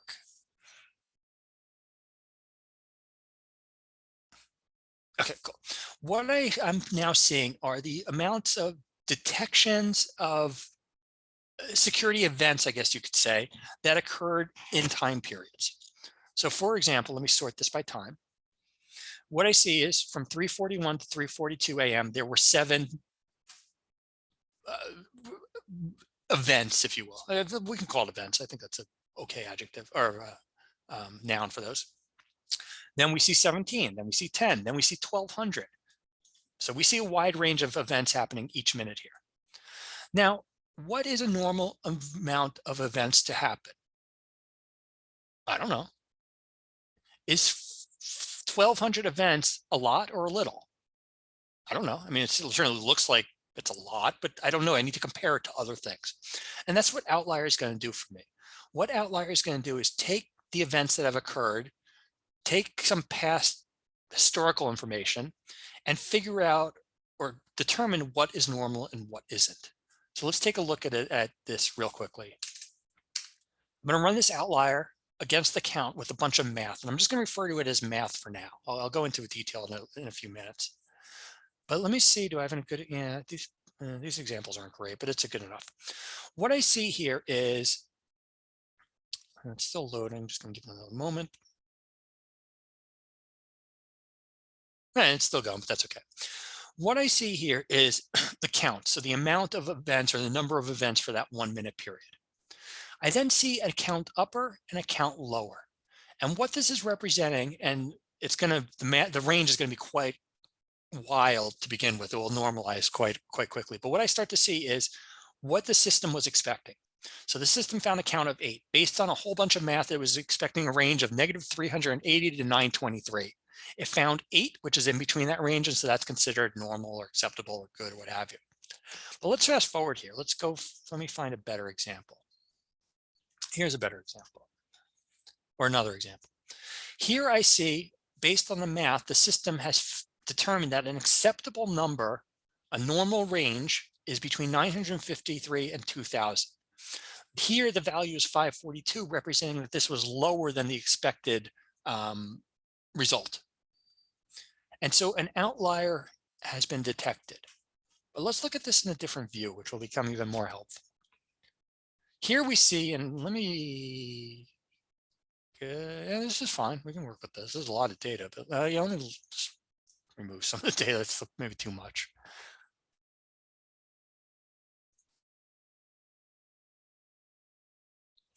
But what I'm going to start to see is I'm going to start to see the blue line representing, here we go. The blue line is representing the amount of events that occurred in that 1 minute window. This light blue cloud is representing the upper and lower limit based on a bunch of math. And you can customize that math. I'm not going to go too much deeper in it. It's very documented as well. And then the pink triangles are showing me when the events were outside the norm or outside that range. So what I see, and once again, this is still loading, so it's just going to take a few moments. It's a lot of, probably should have done a lot less data.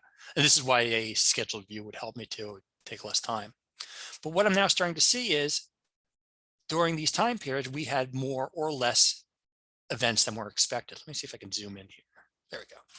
So what I now see is over this period of time, this is like an hour, I see there were 4 times where we had, keeps refreshing, we had more or less events than were expected. And that's letting us know that these were outside the norm, which is really helpful. We want to know things when things are not normal. Not normal is usually not good. And so the system can notify of that. What we can do, although we don't for this lab, but we could, is we could take this a step further and we could actually turn this into an alert. So now the next time we have something outside the range, the system can actually email us or notify us about that, which is really, really helpful. So wanted to show the outlier feature. Wanted to show, hopefully you got an understanding of how it can be helpful. By showing too much data, I probably made it more noisy than it really needed to be. But still, hopefully the impact kind of came across. So that finishes up the labs. Any questions about anything we've done today so far?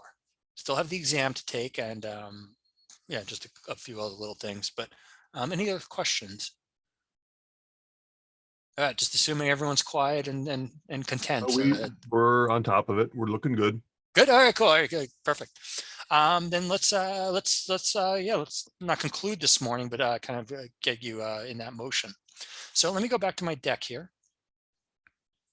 And questions? Well, no, so we're good on that. What I want to do now is I want to talk about the assessment. So as mentioned, you're going to take a certification now, and you'll take another one later this afternoon. For the certification, first thing, it's important that you take the certification as yourself, as your private or personal or corporate Sumo Logic account, which everybody here should have. We don't want training user 472 getting credit for the exam. We want Bob and Jennifer and Bill. So, please make sure you do that. Probably best to log out of Sumo and log back in with your corporate account, or you can use a different browser. If you want to use a Safari and a Chrome combo, that's fine as well. So go ahead and start to do that. I'll kind of talk my way through where you have to go, but let's start to get you in that motion. And if you've taken an exam with us and you know where to go and what to do, feel free to start. But let me show those instructions. I'll set the timetable for the afternoon, and then we'll give you lunch and exam time. So once you log in back into Sumo using your corporate account, and you can verify on the bottom left, it will say, Bob or Bill or whoever. Go to the certification in the center, and you're going to click Get Certified. And this is going to take you to the certification portal, the Learn portal. It has a few different names. The first thing you'll find in the Learn portal, not related to the exam, are the credentials that you can use. So we're using those credentials today, but in the future, or on November 1st, when those credentials change, if you want to know the new ones, while we do post them in many different places, this is one place to get them as well. Now, we want to go down to the stuff we're interested in today. And so today we're doing security. This morning we're doing security. Late in the afternoon, we'll use Cloud SIEM. So we'll go to security. And in security, there should be a cloud security monitoring and analytics exam. There's also one in Japanese. Pretty much would recommend English, but if you want to, go ahead. For Japanese, you'll choose the exam. You'll register for free. So this exam is free for you, free for your organization. It's going to give you some guidelines, and I'll go through those guidelines, and then you'll start to take your exam. Now, let's see a couple things about the guidelines. Let me go back to my slides for these. It's going to consist of 20 questions. I think this exam is 22 questions. You're going to have 60 minutes to take it. You're not going to need that much time, but it's allocated to you. Feel free to take that much time. It's a lot of time. You need a 70 to pass. So 22 questions, 17, right? Something like that. And then it is an open resource exam, like all of our exams are. So you're welcome or encouraged to use the documentation, use the labs. The documentation will get you what you need, but use those resources. They're available to you in the real world. I don't see why they shouldn't be when you take an exam. Let's see. What else? As a reminder, you'll get the credit for the Uber Eats by taking the exam. So once you're done with the exam, I'll share that information in a second. So with the exam, just let's see one more thing about it. Where is it? So when you take the exam, you're going to start the assessment. You're going to take the exam. You're going to Click next, and it's going to give you your score, and your score is going to be better than mine. Once you get your score, it's important, it's required actually, that you click submit. If you don't click submit, regardless of what your score is, you won't get credit for it. So just important that you do click that submit button once you're done with the exam. So now let's talk about just kind of the rest of the day, if you will. So it's 11:17 now. You'll start the exam now. I said the exam would take 60 minutes. You won't need that much time, but you have that much time. And basically what we'll do is we'll just come back at 1 p.m. So from now till then, I'd encourage you to take the exam right now. But if you want to take lunch first and then take the exam, that's your prerogative, of course. Hey, Josh, we have a yes. question that if somebody does not have their own Sumo account yet, what's the quickest way they can get one? So if they do take the test, they can get credit for it? Sure. So you can go to sumologic.com/sign up and sign up for a account using, I think you can use any domain now. Yeah. So just, Sumologic.com/sign up. Yep. And just go ahead and sign up, and you can do that right now. It will spit it to you pretty quickly. Let's see, anything else? I think that's about it. So we'll get you going. Scott and I will be here for a few minutes, or a little while, of course. If you have questions, let us know. But otherwise, we'll get back together at 1 o'clock. We'll do the Cloud SIEM content, take that exam, and that will be our day. So good luck, everybody. Any questions, let us know. I'm going to just step away for a few moments, but Scott's going to be here, and then we'll probably rotate in and out. But thank you for attending. Hopefully you're able to attend this afternoon. If you're not, that's fine. You're a loss. We'll send out these recordings. Like I said, I don't know if we'll do them tomorrow or the end of the week and combine them into Tuesday and Thursday. But we'll get them to you. And thank you again for attending. So hopefully you found this good. So I'm going to, like I said, put myself on mute, step away for a few, and good luck, everybody.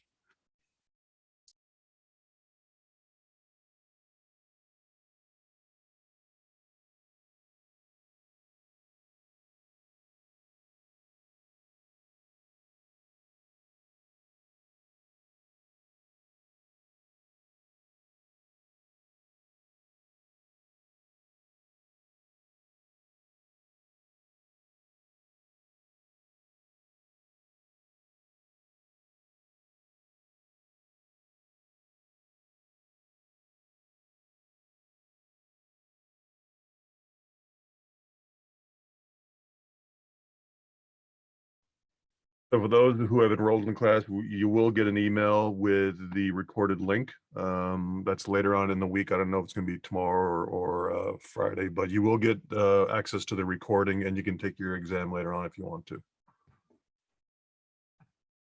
But you got Josh and I here now. So if you're going through the exam and you're having issues or questions, open book does also mean open instructor too. So we can't give you the answer, but we can kind of hint you in the right direction.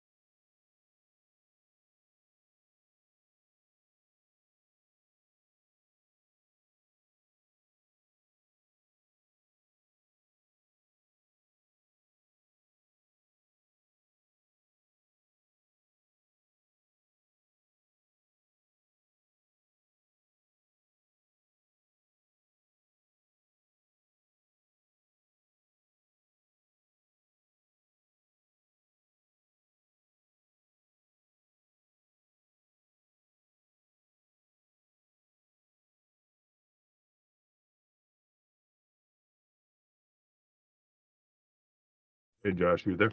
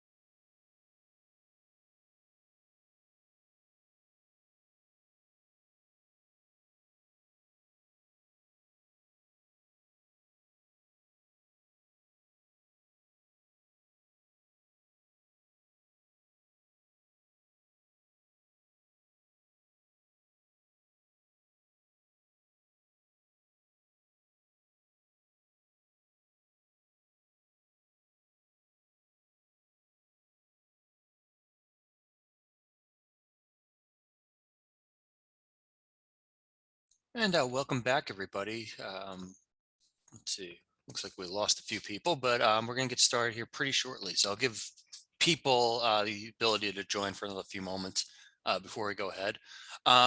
Hopefully you enjoyed the morning session. Hopefully you passed the exam. Most important, or I guess you can prioritize that. But certainly if there's any questions from this morning session about anything, feel free to go ahead and put them in the chat. Otherwise, yeah, we'll get started here in just about another minute or so. So yeah, I'll put myself on mute for another minute or two, and then we'll get started up, and we'll have some good content for you. Thanks.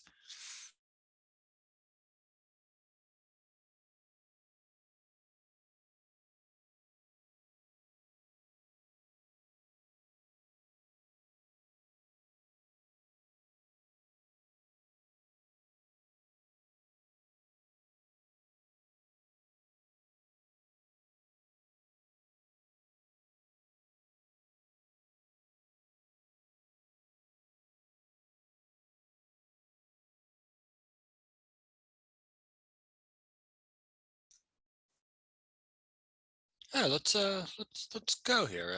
But I thought we might get some more late people, but yeah, let's go.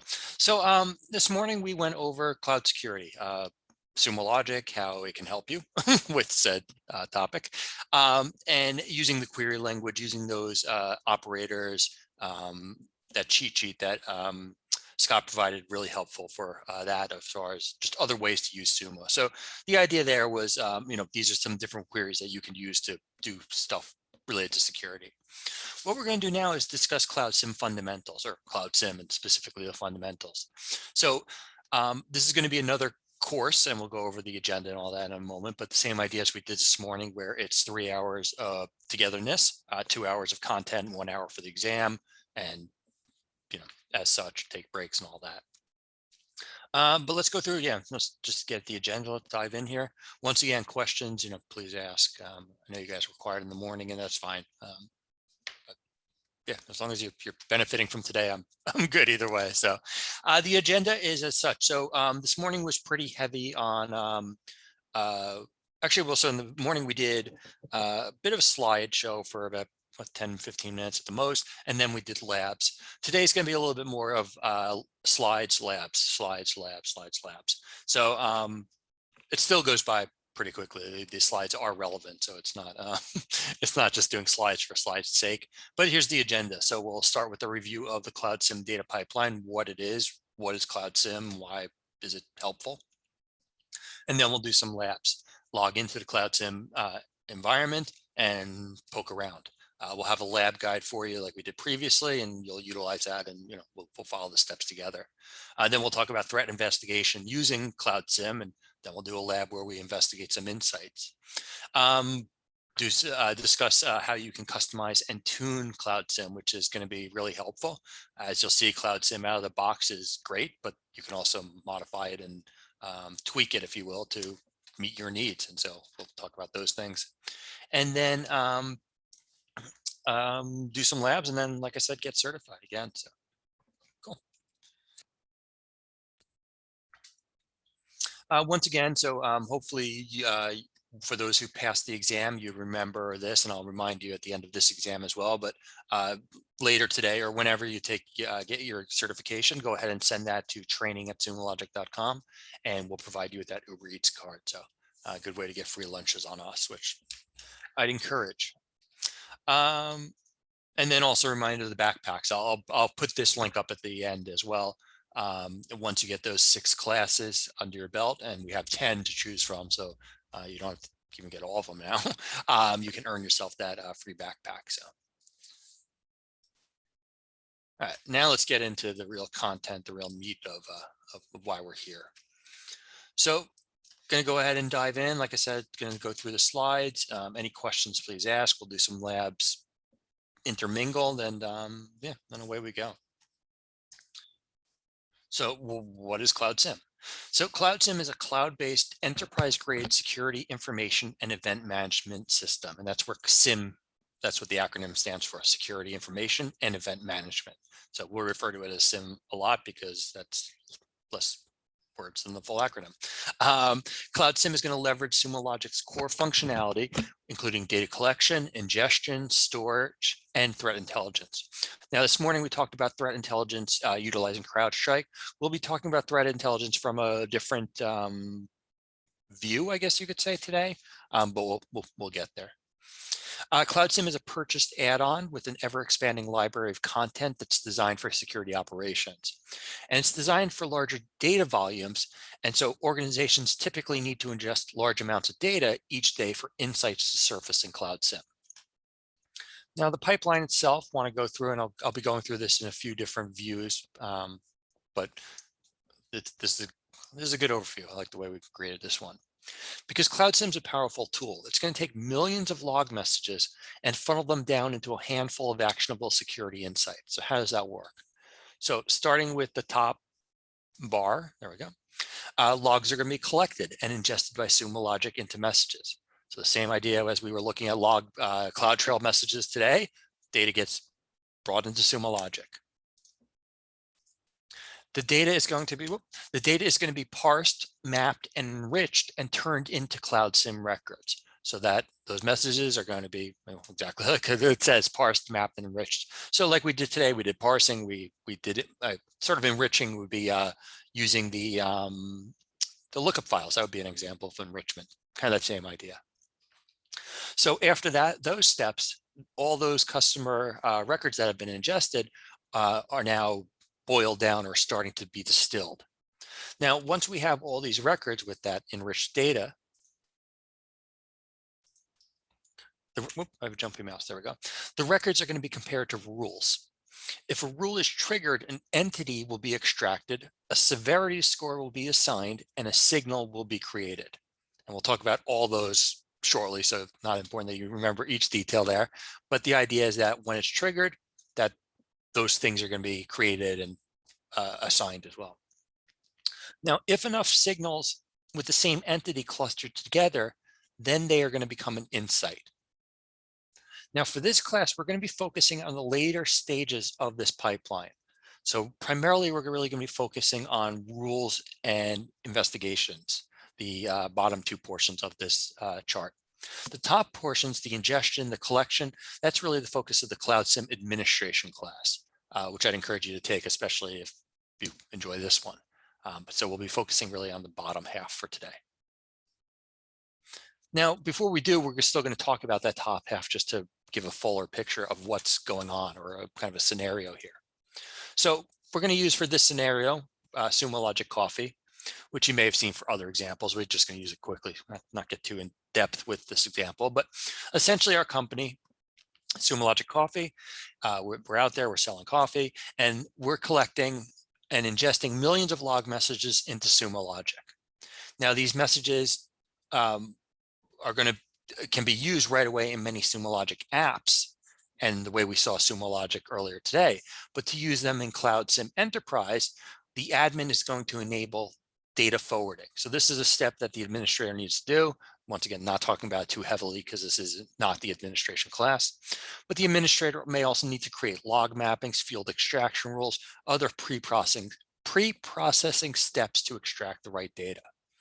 So essentially data comes in,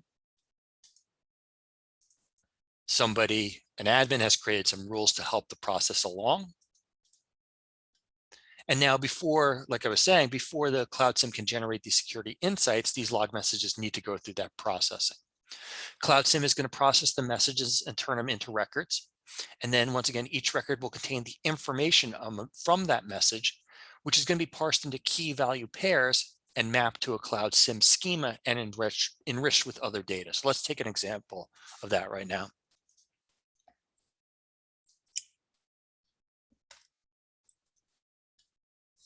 So what we're going to do here is we're going to follow a simple log message down this pipeline. So first we have the message. It's being parsed and extracted from the record. Then what's going to happen is it's going to be mapped into a set of key value pairs. And this process is going to fix some basic formatting. This step is going to create semi-structured data, because on the left-hand side of the screen, the data is ingested with the information of IP-127-0-0-1. Now, that's good information. It's semi-structured as I described, but we want to convert it to something else, and we can. So with the parsing step, what we can do is extract that IP address into that key value pair, where the key is going to be something like source device underscore IP, and then the value will be 127.0.0.1 with the hyphens normalized to dots. And then this information is mapped onto the Cloud SIEM schema. So it allows us to do essentially it's parsing, it's really mapping, but it falls into that area with our records. Now we can take it a step further with the enrichment. The mapping, as I've demonstrated or shown, but here's the enrichment portion. Threat level equals low. Well, we've kind of saw threat level earlier, and this is similar. So we'll talk about those threat levels in a little bit, how that's generated, but the same idea of the system has now taken this one IP-127, converted it, and provided some logic against it to let us know that this is a low threat level IP. If it was said high, that would be concerning, especially since it's a loopback address. But anyhow, great way to show us the messages being turned into records. Now a couple more slides here. The records being turned into signals. So we just went through, as I said, turning them into records. Now the next step. Each record is ingested into Sumo Logic, into Cloud SIEM, and it's going to be compared to hundreds of built-in and custom rules. So we've preloaded rules in there. There's hundreds of them. You'll see them shortly. If a rule triggers, an entity is going to be extracted and a signal will be created. If a record matches the criteria specified in a rule, then Cloud SIEM creates a signal. The severity, we'll see this shortly, is going to be a number between 1 and 10 that tells Cloud SIEM how serious the potential threat is. When a signal is created, it contains a name, an entity, a severity, a stage, and a description. A signal always contains at minimum an entity and a severity. The data is defined by the rule and is used later by Cloud SIEM's insights engines algorithm. Now, I mentioned that word entity. What is it? The entity in a signal is going to be something like an IP address, a MAC address, a host name. It's going to tell us who or what was involved in the event that the record described. And those entities are going to be extracted from the records. Every signal is going to have an entity. The entity's activity score is going to be the sum of all the severity scores of the signals it appears in. So we have those severity scores 1 to 10. Those are going to be added up to produce an activity score, and we're going to look at that shortly as well. And then finally, that signal is being converted into the actionable security investigations. So Cloud SIEM is going to take everything one step further and correlate those signals into a manageable number of insights. An insight is going to be a group of signals that are clustered around a single entity. An insight is going to be created when the sum of the severity scores of the signals with the same entity goes above a certain activity score within a certain time frame. By default, this is an activity score of 12 within the last 14 days. And we're going to go through an example of the score and the days shortly. So the idea that something gets triggered is really the important. The score itself isn't necessarily super critical. But by default, when that activity score of 12, so once again, those activities of 10 get added up to produce something above 12 in 14 days, that's going to trigger an insight. So for example, if a rule was triggered with a severity of 5, so a rule triggers with a 5, 10 days later, another rule with the same entity and a severity of 5 is triggered, the total activity score would be 10 over the last 14 days, so an insight would not be created. If those same rules had the severity score of 6, then an insight would be created, because then it would be 6 plus 6, which would be 12, which would be over our activity score of 12. Once an insight is created, then you can start a security investigation and take actions like alerting SOC teammates or executing playbooks. And we'll look at those in the labs that we're getting to shortly. Still getting there, but another couple slides.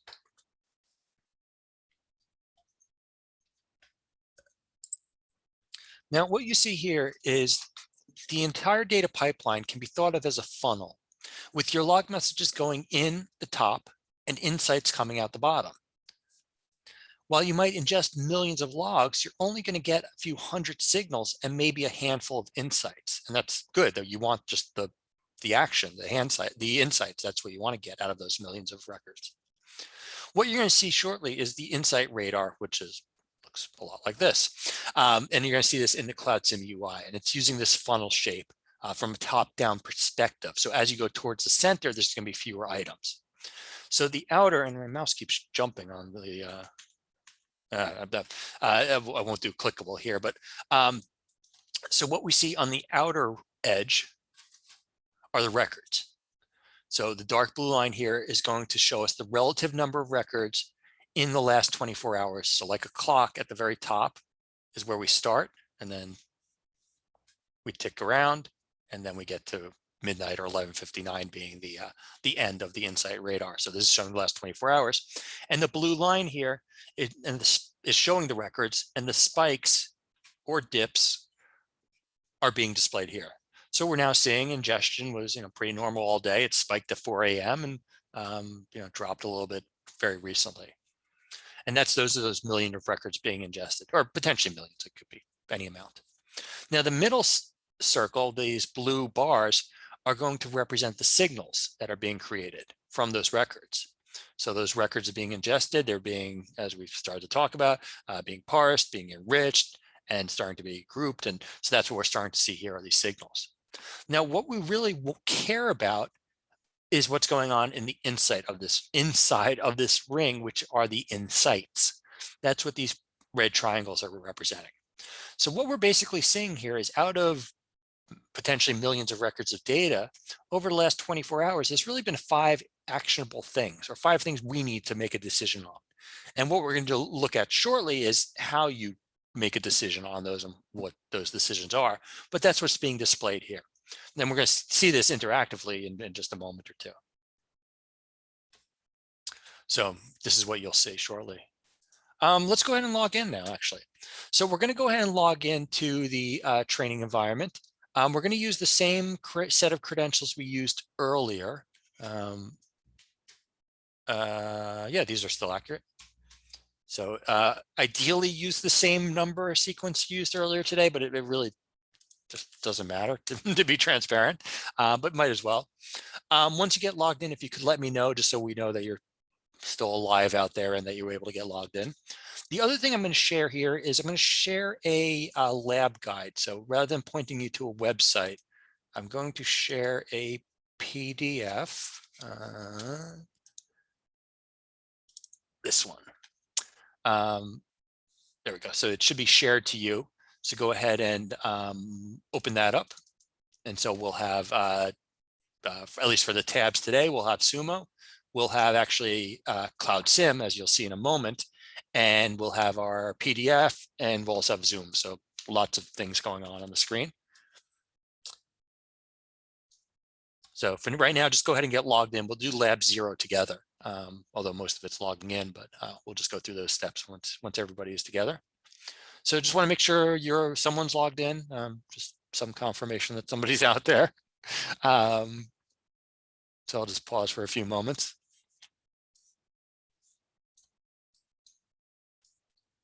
Once again, the training credentials, if you haven't used them before, training plus analyst number. So pick a 3-digit number and at sumologic.com, and that password of capital SECURITY 21 exclamation point. And once you get logged in, like Scott mentioned, please just post your logged in number so we can confirm that you're in the system and ready to go. Thanks, Colin. At least we got someone out there who's logged in, and then good to see that you're still using that same number.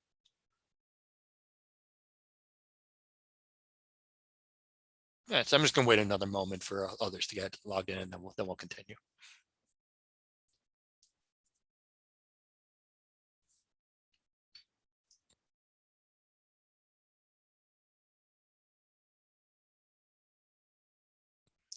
Let's see, for the lab, yes, let me give you a Whoa, let me give you a link. I can do that.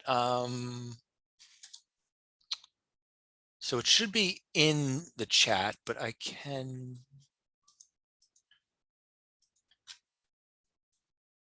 Just one moment, just looking for my, here it is. Well, that PDF is actually in the in the chat window here. So Yeah, actually, but some people can't access them. So here I oh, do have, okay. and I don't know if that's the problem exactly that Colin's having. If not, that's fine too. But let me go ahead and paste. I do have it saved to the cloud, so we have a SlideShare site that has it as well. So, all right, so I'm gonna. Okay, good. Heidi's in as well. So I'm gonna go ahead and continue. If, please holler if you need time or whatever. But I'm gonna continue here. So let's go ahead and if we have our lab guide handy. And I have mine here. I'm just keeping it on another window. We're going to do lab 0. So, and actually, am I still logged in? Yeah, looks like I'm still logged in. So what we're going to do here is once we're logged in, we've kind of seen that already today. What we're going to do is go to Cloud SIEM Enterprise. So on the far left hand of the side of the screen, the black bar may be hidden. So if you do need to unhide it, you can use the hamburger icon, 3 horizontal lines. Go ahead and click on it, and then click Set Cloud SIEM Enterprise. And what it should do, let me log back in. I don't think I. If you're having issues, remember, if you log back in to take your test, right, you can't, that's not what we want you logged into. You got to make sure you log back in with the student credentials. Yeah, good reminder on that as well. Let's see here. Oh, this.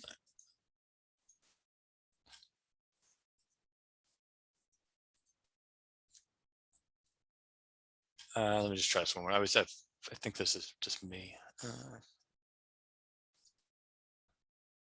There we go. So when you click on Cloud SIEM Enterprise, this is what you should get. So hopefully you did.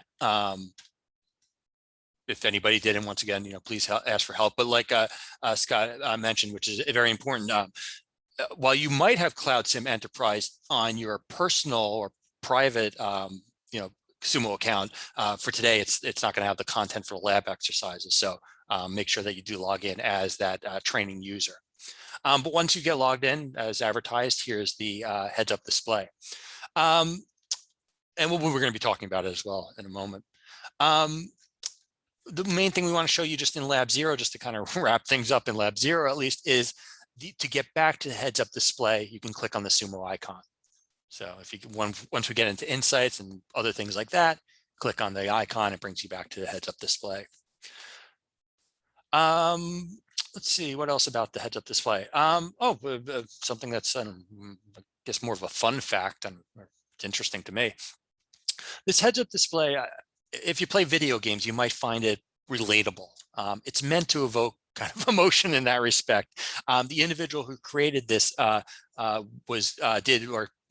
previously had created content for World of Warcraft, which is a very popular online video game. So it's meant to have some, be kind of intriguing, if you will. So let's start to look at, what's in here. This is kind of neat looking, but what is it really telling us? Well, let's go ahead and start to do lab 1.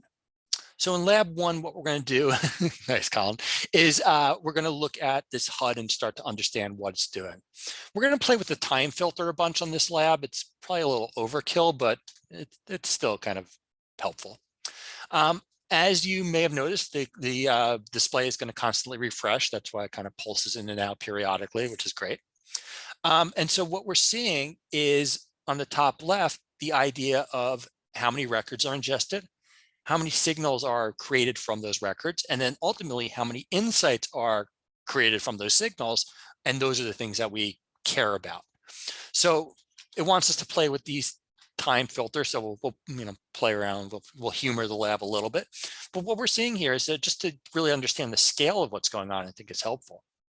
So for the last 24 hours, the system has ingested 632,000 records. So, more than 500,000 records.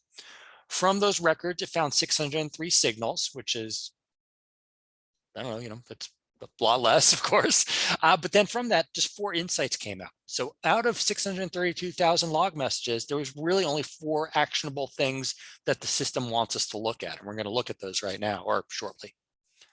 Now, for this lab, as I mentioned, it does have us play around with this time filter a little bit excessively. So the first lab is how many records have been ingested in the last 8 hours. Select the time filter, select 8 hours. Now we're looking at the last 8 hours. You'll notice, of course, the records, the amount reduced. Also, the HUD gets redrawn, so it's a thinner period of time. The line's time has weight, really, but in that respect, so it's more zoomed in. How many signals have been created in the last 7 days? Same idea. Change it to 7 days. Now you're going to see, this really kind of more impressive as far as the work Sumo is doing here, where it's taking 4 million records and turning it into 28 insights. And so that can be a great saver of time. Let's see, lab 1. And then let's go ahead and play around with lab 1, step 2, which is now having us focus on the heads up display portion and the time and seeing different things about that. So it wants us to go back to 24 hours and see when were the most records ingested in the last 24 hours. We see this spike here. One thing I guess I should point out, or you might have noticed already, time zones. So on Pacific time, if yours is different, your spike might show up at 3 a.m. instead of 4 a.m. or what have you. So just keep that in mind. Then it wants us to look at when were the most signals created, signals being triangles. Here are the most of them. And so just familiarizing ourselves with that HUD. Certainly, while we're doing these labs, feel free to poke around in other areas. You can't break anything. I guess you can if you really try, but no, joking, you can't. So, we're going to go through these labs. Some of them are kind of basic and, look at this, click on that. And so if you want to jump around, that's really fine. I have no problem with that. All right, so I think that takes us through lab 1 and step 1 and step 2. Lab 1, step 3, I'm going to go through, which is having us start to look at the content and look at the rules. So this is the display, but now let's go ahead and start to see what is in here. And so we're going to go on the top to content, and we're going to go to rules. Now what we see in here, or we'll see here in a moment, is, there we go, are all the different rules that are set up. There's 647 of them. The majority of these rules are set up by Sumo Logic and periodically updated by Sumo Logic. You can use those rules. You cannot use them, totally up to you. Certainly encourage you to utilize them. And they're good, but we'll show you how to make custom rules as well. But let's go ahead and play with some of the filters here just to take a look at some of these rules. Once again, some of these steps do get a little basic, but it's still, for first-time navigators, I think it's a good exercise. So this is going to be the content, the rules, and now we're going to use this filter. So first we want to see, as it says, how many rules contain the word firewall. So what we can do is we can use the filter. So the field is name, contains firewall. Hit enter. And now we see that there are 11 rules that have been created that are related to firewalls. And here we see some of them. So here's an AWS one, Palo Alto, Checkpoint one, et cetera, et cetera. We also see information about these rules. So we see the severity score. So what the severity score is saying is if this rule gets triggered, that is going to apply a severity score of 5. And that's on that scale of 1 to 10. So 5 being middle of the ground. So here's a 1. If this is triggered, not a big deal. If the 5 triggers, might be more significant. So another portion of this lab is to look at how many rules have a severity score greater than 8. So once again, we can use the filter, look for severity greater than 8. And now we see hopefully 2 rules. And so these are severe. These get triggered. That's, that's significant. Oh, and then there's the other one of how many rules detect the persistence attack. So we'll get rid of that filter once again. Then we go to tags, contain persistence. That should work. It should find it. No. Oh, it's a tactic. Where is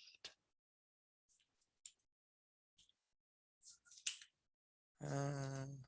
I'm not going to look for it too much. There should be a one where we can search for the tactic as well.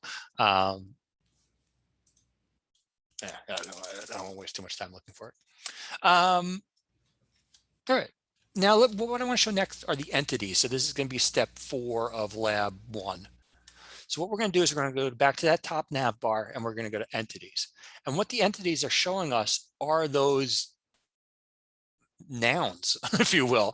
I guess. So we see the IP addresses, the usernames, host names. That's primarily what we see in here. But typically the who is what we get to see in here. And so we also start to see activity scores in here, and we'll look at this shortly, but we wanted to just show filtering. So we were bringing you in here to see the entities, but like the filter suggests, if we want to look for an activity score greater than 5, and really just doing these to once again kind of make you comfortable with the environment.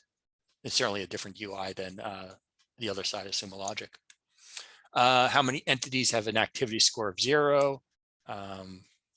We can visually see, or we can go ahead and do activity score is 0.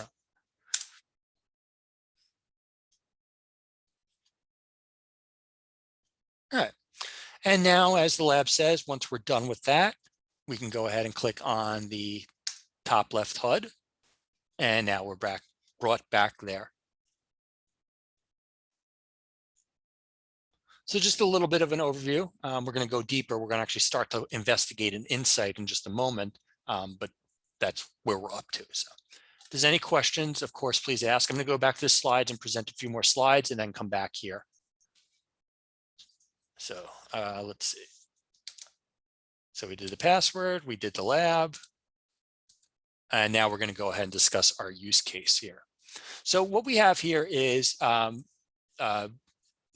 a couple different use cases we can use. I think I know which one we'll use, but we have a few different options here. So here are 3 different scenarios that Cloud SIEM can help with. You might have a company, or we have a company called Financial Logic, big investors that need GDPR. And so that's something that they want to focus on from a cloud security standpoint. Hold on, let me just, sorry about that.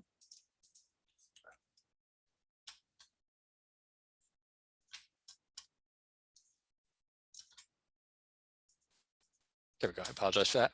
So with that Financial Logic, a major player in the banking industry. And so they're concerned about that there might be targets for hackers. They meet all their GDPR, all those compliance standards, but that's their concern. Their investors are targeted for hackers. Sumo Pharma, a different company, a healthcare company that ships prescription meds to patients. They meet all the HIPAA standards and guidelines, but they're concerned about data privacy. They want to monitor all their data to make sure their patients are safe and healthy in the digital world too. And then Sumo Coffee, we kind of alluded to them earlier, a small retail business with a big tech idea, automating the entire coffee business from bean to cup.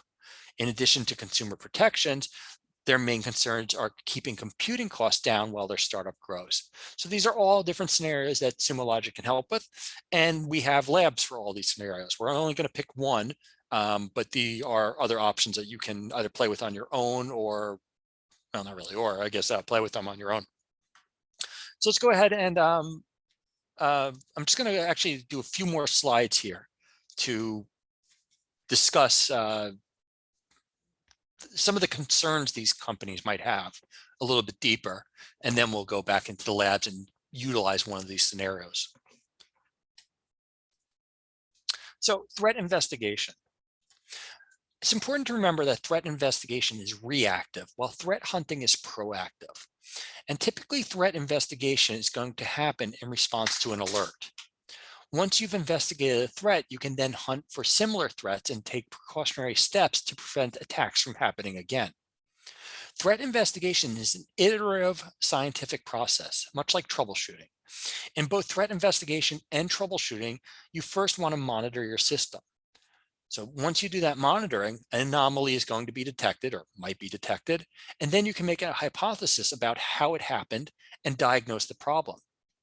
As you dig deeper, you may revise the initial hypothesis and find more clues about why or how the attack or error happened. As you investigate and trace the events, you want to try to answer as many of these WH questions as you can about the event to tell the story. And so when we're talking about those WH questions, we're talking about who is behind the event, what assets did the event affect, where did the event occur, when did the event occur, why did the event occur, and then that most famous WH question, how did the event occur? Finally, you can take action to resolve the item or issue. And so there's going to be many actions you might take in response to an incident. For example, if you might work with your IT team and you might want to isolate and wipe laptops that are infected with malware that are preventing to prevent the spread of malicious code. You might have to work with your HR team to enforce mandatory anti-phishing training amongst your employees to prevent future attacks. And it's similar to how we talked about this morning, where the system can tell you stuff, but then you still need to take some actions outside the system. So whether it's dealing with HR, dealing with employees, managers to see if they're really still doing things virtually or not, are they using VPNs or what have you? And so, we can take you pretty far along the journey, but sometimes you have to kind of take that last action step. And we're going to look at a way that we make that action step easier for you to take, both in this class and the administration class. But we'll look at that shortly as well. All right, a few more slides here. A day in the life of a SOC analyst using Cloud SIEM. So Cloud SIEM can help with every step of the threat investigation process, excuse me. So Cloud SIEM is automatically going to detect and monitor potential threats by analyzing millions of records and distilling them into a handful of insights with a low false positive rate. And you can choose those insights from the homepage of Cloud SIEM in the Insight radar, under the Insight activity pane, or from the Insight panel. And we're going to look at that in the next lab where we actually dig into the insights. We're gearing up to do it right now. Now, once you go ahead and select an insight, you can dig through all the raw logs and signals to conduct deep dive investigations and even be proactive in your threat hunts. So you go from monitoring to investigating. Now you can organize your thoughts, you can make hypotheses, you can take notes about your investigation in the comments of each insight. And this will help you to share your ideas with your SOC teammates and help you keep track of your investigation. Now you can also take certain direct actions from the insight, and I was trying to allude to that earlier. So from the insight itself, you can email a teammate, you can create a JIRA ticket, you can execute a playbook, and you can create custom actions as well. Finally, you can update the insight, and you can mark it as in progress or closed. Now, when you close it, you can mark it as resolved, false positive, duplicate, or no action. Updating the status correctly is going to help the Cloud SIEM Insight engine produce more accurate insights for your org in the future. Now, being as this is a day in the life, of course, this process is going to repeat each day as new insights are generated for you to investigate. But the idea is now you're looking at those one-offs rather than looking at those millions of messages potentially. Yeah. MITRE attack. So this is interesting. It's something that we utilize, and so I wanted to talk about it here. Some of you may be familiar with this outside of Sumo. So what we're referring to here is what's called the MITRE attack matrix, and it's organized or published by a group called MITRE. They're a nonprofit organization. The MITRE attack matrix, and if you notice the word attack is spelled creatively, stands for adversarial, excuse me, adversarial tactics, techniques, and common knowledge. So they're trying to be a little creative with the word attack there. But what it is, it's a framework that organizes and categorizes the tactics and techniques that hacktivists, super criminals, scripters, and other adversaries might use. And so it's going to include attacks like exfiltrating databases, installing malware, stealing credentials, and all these other nefarious activities that you and your SOC team are trying to stop. And Cloud SIEM is going to use these same tactic names for the stages of signals and the name of insights. So if you're familiar with this attack framework, navigating Cloud SIEM's insight pages becomes easier. If you're not familiar with it, that's perfectly fine. You'll just see these names referenced, but just an interesting kind of side note. I'll go ahead and put in the chat a link to the MITRE ATT&CK website if you're interested in it. Now, getting back to our scenarios that I was mentioning earlier, how do the MITRE ATT&CK tactics and techniques, how might those prioritize what's important to these customers? So for example, financial logic, they're worried about keeping their clients' data secure. In their case, credential access is going to be a concern, since all customers have their user credentials tied to their financial accounts. Their main concern is credential access. Sumo Pharma, credential access is, I'm sure, important to them, but that's not their primary concern. They're concerned about patients' privacy and compliance with HIPAA.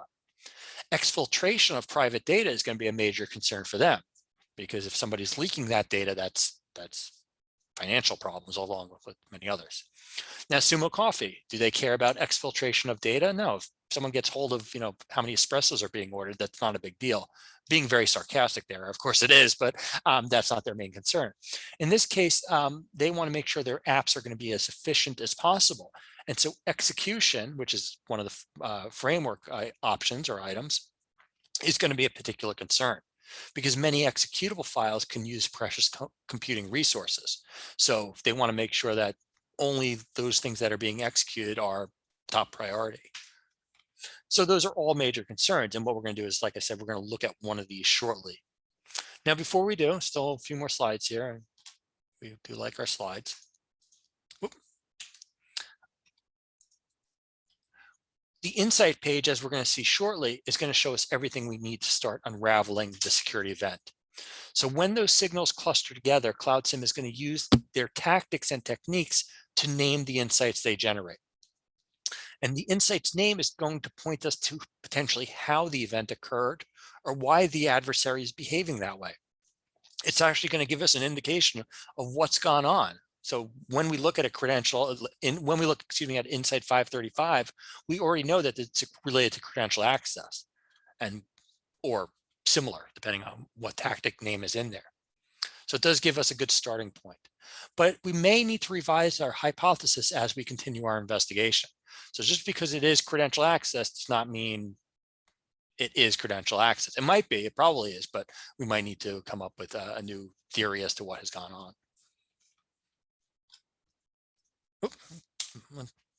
Now this, you kind of saw a sort of a view of this, but this is a better view of a timeline.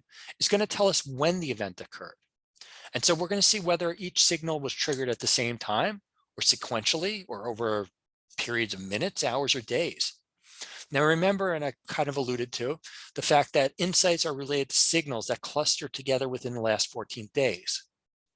Now in this case, in this example here, what we see are signals occurred several days before the others, but 3 occurred more closely together more recently.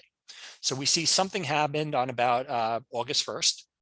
We see something happen on August 8th, and then a bunch of stuff happened on August 13th. And the system is telling us this is all related somehow. And through the name, and as we start to see in the insights, we'll see how the system thinks it's all related, and hopefully it will tell us and help explain what's going on here.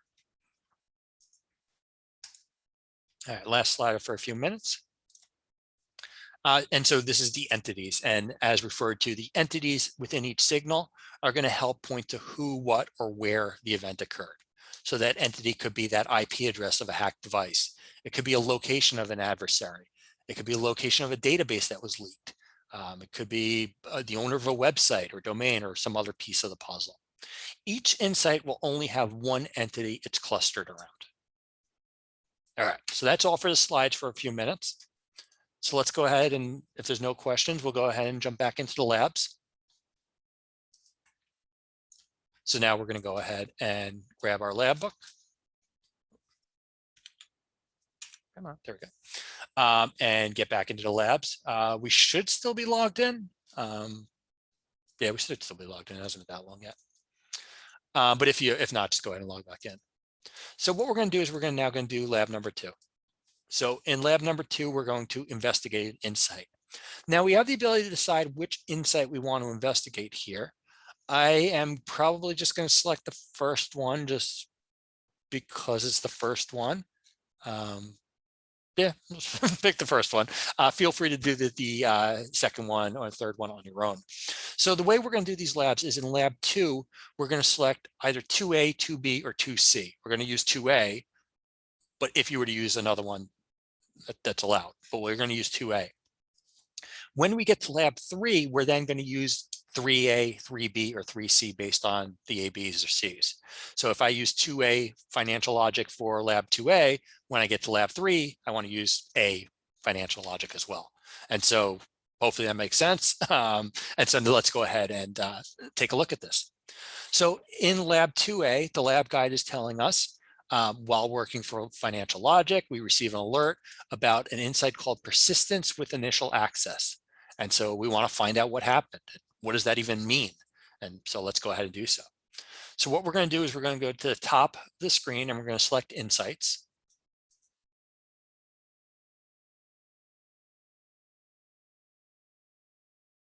And then what we want to do is we want to search for an insight called persistence with initial access.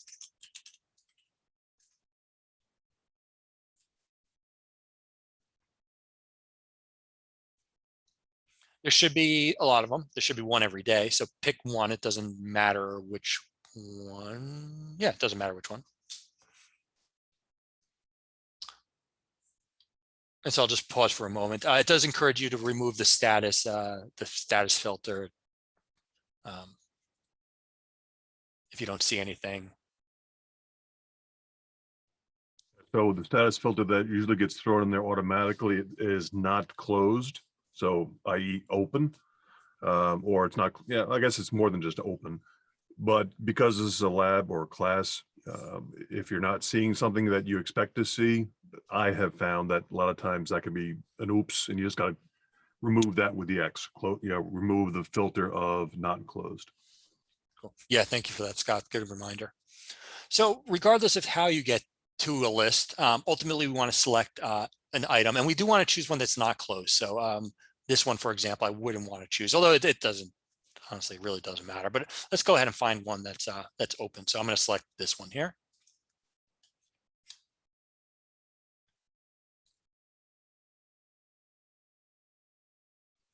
Now it's showing me what has gone on. So, well, let's go through what is it showing me in here. So at the top of the screen, I see that timeline representing most recent over here, least recent over there. So what I see here is threat intel, a device IP matched a threat intel file hash. So a IP that is suspicious has been recorded essentially. Now we see here the severity, not super severe. And we see it even gets categorized into threat intelligence, which is kind of helpful. Now this event happened and that was it. But the system has found, oh wait, a few hours later, some other stuff happened. And it's correlating it with this event based on the IP address. So what we see now, if we go further down and kind of go into the future, or not go into the future, but go to more recent, we see some things that happen. We see a user received an email with a phishing link. We see some checkpoint threat emulation malicious file allowed. And we see a detection summary event. So what we can gather from that happened here, and this time, this is kind of a little fluky actually. This one should be at 10:17. So this event should be over there. But basically what we're seeing, what the story is telling us in here, is that a phishing link was received, or actually an email was received by an individual. They clicked on a link. The link downloaded a file. The file, where's the file? Checkpoint acknowledged that the file was allowed. The IP matches a threat intel file hash, meaning something in that file is known to be malicious. And so all this combined is now the system letting us know, hey, something bad happened here. And now I need to do something with it. So what I can do now is I need to, well, like I said, kind of do something with it. We'll take a look at how in a moment. But that's what this is showing. And I just want to make sure that that's kind of clear of what's being presented to us.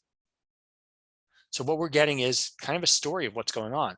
We can get more information, and we actually see that down here. So for example, here's the specific file that was downloaded that the individual probably did not mean to, or maybe it was mirroring a name of a file they were expecting. Maybe they were trying to set something up legitimately, and using that phishing link brought them to a bad file, and now they're potentially compromising the environment. And so this is all grouped together by Sumo logic. Nobody has gone in manually and said, these four things are kind of related, let's put them together. Instead, the logic of the system is grouping it, which is really kind of cool. So let's see, for the lab, what else do we want to talk about in this lab here? We could, as it said in the comments section, go ahead and write something. So we could go ahead and in here, put some notes that might be helpful to ourselves for later, or other potential peers or coworkers. All right. What I want to do now is, let me go back to my slides to keep me honest here. So we did lab 2, and we talked about it. We navigated to the insight, we explored, and then we might have put some comments in there. And so what I want to do, let me do these slides here. And we'll take a break shortly. All right, so a few more slides here. Okay. There we go. All right, so the insights provide, hopefully you saw, a great high-level summary of potential security events. And because of Cloud SIEM's threat intelligence and sophisticated correlation engine, very few insights are false positives. So they really are all worth investigating. However, sometimes you might want to dig deeper to really investigate and understand what's happened. Or you might want to do proactive threat hunting work to find potential problems before they begin to impact the system, even with what some of you're looking at is going to be false alarms. And this is where the signals tab is going to be helpful. The signals tab is going to list all the signals created by rules that have been triggered in your system over the last 14 days by default. Signals are going to provide summaries of potential security threats. Not all signals are going to be security incidences. After all, as we saw even this morning, there might be legitimate reasons why someone logs into 2 different devices at the same time, or why they have several failed password attempts on an account. When you click into a signal, you have the option to see the full details of the record that triggered it. And that's going to include some valuable information like IP address, geolocation, threat level, and other information that might aid in our investigation. Now, the Entities tab, which we saw earlier, is going to list all those entities that have had rules detect them in the last 14 days. So when a rule detects an entity, it will be added to that tab from the last 14 days by default. Each entity will have an activity score that's going to be associated with it. Now, that activity score is going to be the sum of all the severity scores of all the unique signals associated with that entity. When that entity activity score reaches 12 or higher, then an insight is created. So if you have several entities with high activity scores, this might be a good starting point for a threat hunt. So that's what this is telling us. This, at least screenshot, is kind of indicating to us, is that here Napoleon Dynamite has a really high activity score. We might want to just check in and see what he is doing. Not necessarily, he hasn't reached the threshold of being a known bad actor or anything like that, but it's kind of, it's kind of getting up there. And so that might be someplace where you are more proactive. Now, context actions. We're going to look at these in the lab shortly. These are going to be found throughout the Sumo, the Cloud SIEM UI, and are going to be helpful for in-depth investigations. Many entities in the insights, signals, and entity pages are going to have these context actions. And so what you can do is you can hover next to them, and it's going to allow you to utilize things like doing DNS lookups, API calls. I think we have a pretty okay example right here. Let's see what this one, it's showing Alexa ratings, etc. So it's bringing in all this context to help you decide what's going on here.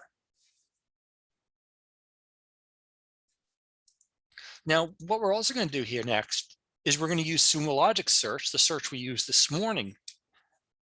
And the reason we're going to use that is it provides us a way to bring information in Cloud SIEM back to Sumo Logic platform. So we can use one of these context actions. The screenshot is showing it, and we're going to do it shortly. So I was going to say pay attention, kind of joking. We'll do these steps in the labs. But what we see here is the idea that the system, or you can take this IP address that's showing up in Cloud SIEM related to security stuff, bring it into Sumo Logic, and now query your log messages. And so what we can do is we can say, all right, where's this IP address showing up in our log messages? Maybe it's showing up, well, as we're going to see here, it's going to show us, it's showing us here, it's being associated with our endpoint data. And so this is a nice way to tie the two systems together. And then finally, last portion here is the actions. So finishing the investigation.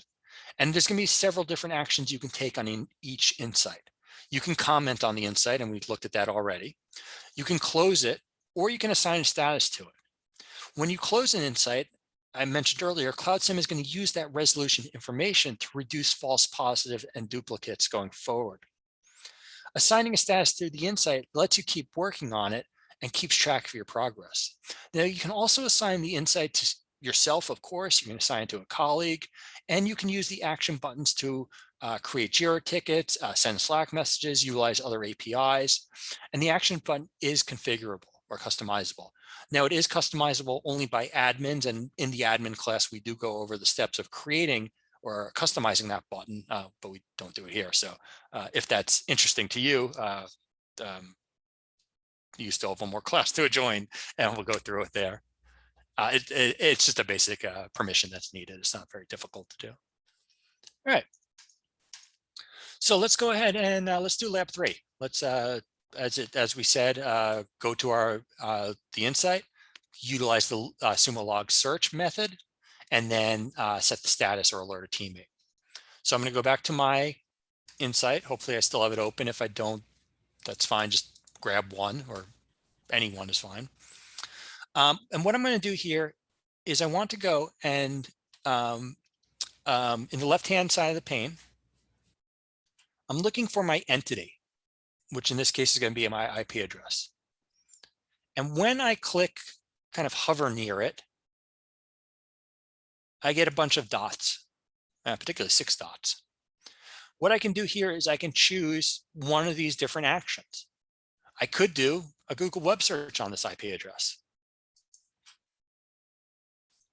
I could do, I don't know, other things on this IP address, a virus total search on this IP address, which it's an IP address, so it's not really going to do much.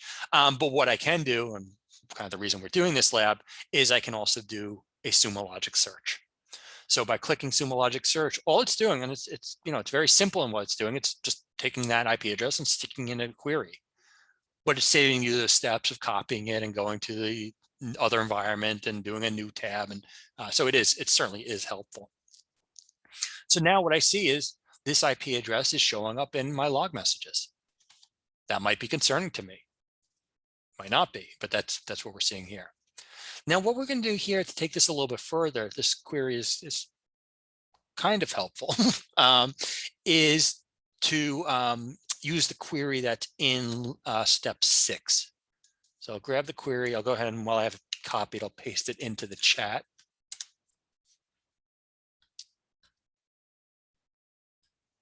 Sorry, new log search, paste it in. I need that IP address, so I need to go back and grab it. I'm going to paste it right here. Now, before I run it, or as I'm starting to run it, there we go. Why are we doing this query? Well, what this query is going to do is we're going to do a time slice. So I need to get more data. What we're going to see is for this IP address, the system is going to show us metadata information about the vendor and the product that is associated with this IP address, which might give us an indication of what it's associated with, why it's important. So I'm going to click start here. I'm going to cross my fingers.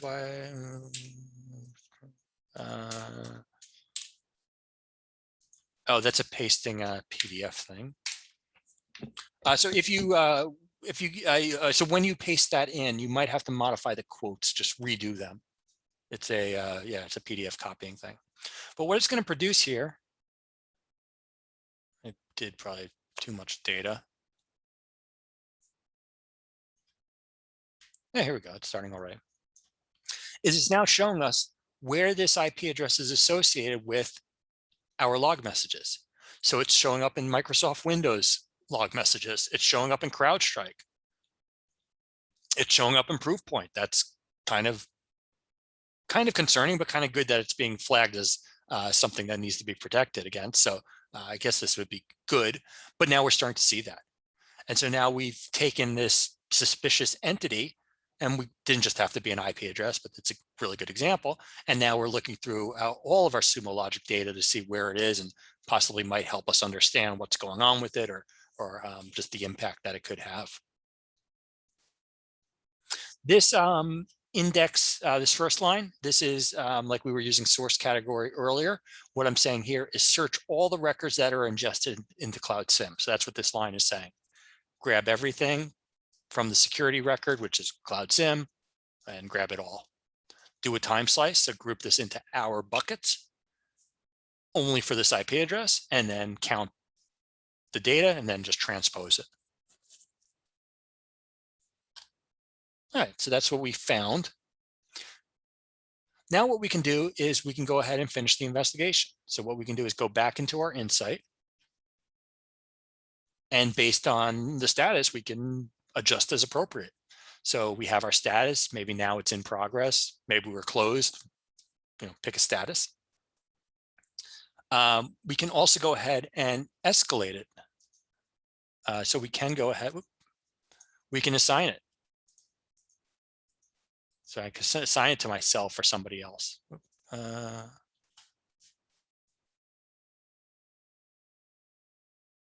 Let me see there we go. So I can go ahead and assign it to myself. What else can we do with it? And then ultimately what we want to do is potentially close it. So the actions, this is where we can go ahead and connect this insight to a JIRA ticket, send it via Slack, notify those that are using PagerDuty or Microsoft Teams or what have you. But then ultimately we're going to close the insight. Now, when we close it, that resolution is going to be important because based on the resolution, the system is going to utilize this and remember it and reference it. So we want to pick something that's appropriate. For today, of course, it doesn't matter. And then if we had any additional comments, put them in, and then we can close the insight. Josh, something that caught me when I was messing around with the interface is the insight number is a sequential number that's unique to the organization that you're in. So if you go from one like lab here and then you go back to your production one, don't try to think that the insight numbers mean anything outside of the environment. Now, the terminology afterwards gets pulled from the signals, but the insight number is just our way of keeping track of them internally to the organization that you're in. Yeah, and thank you for adding that, because that yeah, that confused some of us when we first saw it. Of, oh no, it's a 520, and it's just, oh yeah, that's just one more than 519. It just creates them in order. So yeah, good call on that. All right, let's see. So that concludes that lab. I think we're ready for a break. Let me just once again kind of keep myself honest here. Yeah, so let's do a break. Let's do another 10-minute break. We'll come back, do a few more labs and take the exam, and conclude the day. So thank you, everybody. I'm gonna go get a little snack, and see you all in 9 minutes. You guys are using the chats well, back to the host and the panelists. So questions get posted there. Great. We'll respond back. If it's something that the whole class needs to, I'll respond to everyone. So keep posting your questions to the chat. So thanks a lot. Gonna put some music on in the background for you all.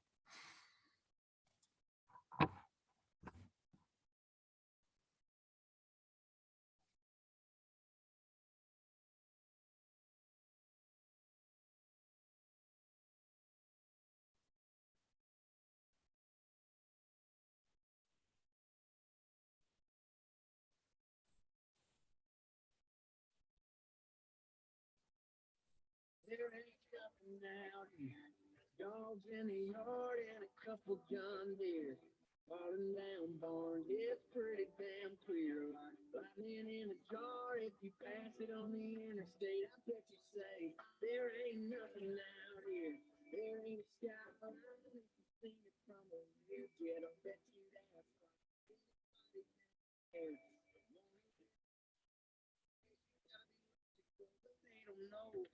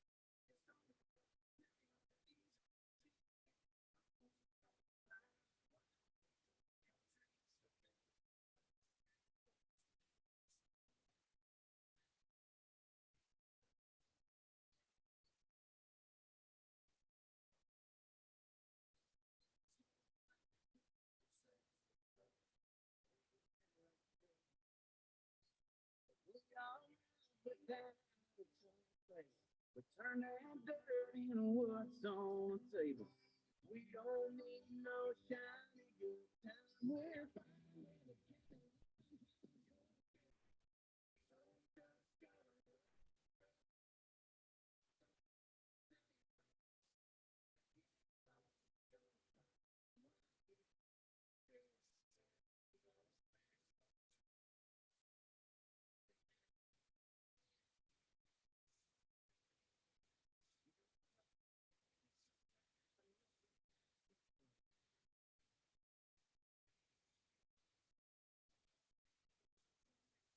Out here.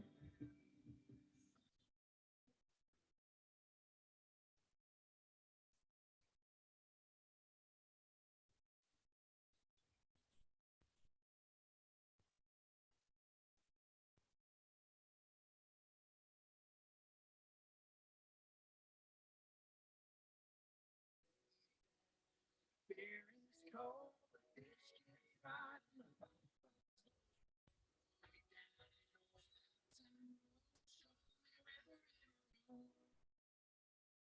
I need a break from the loud and the mad and the fast and the stakes and the big time. I'm just a down homesick trying to make a buck for looking for a little slow down. If you trade a skyscraper for a silo, couple stoplights on 3 or 4 or 5 of those. You can hear a little mound at the nose. You pay at the Tisco.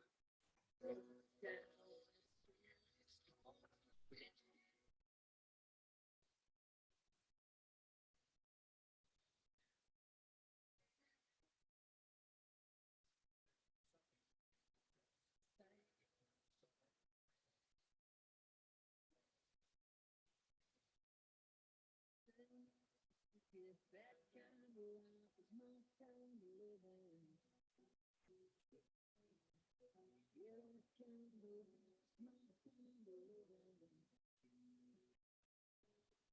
Yeah, that kind of life is my kind of living. Strangers in the other lane, but they never say back. It's all y'all and yonder rolling off my lips. I need a trip. People still say that. Let's busy more late time. Slow down where the fears are slow. Let's get right to find.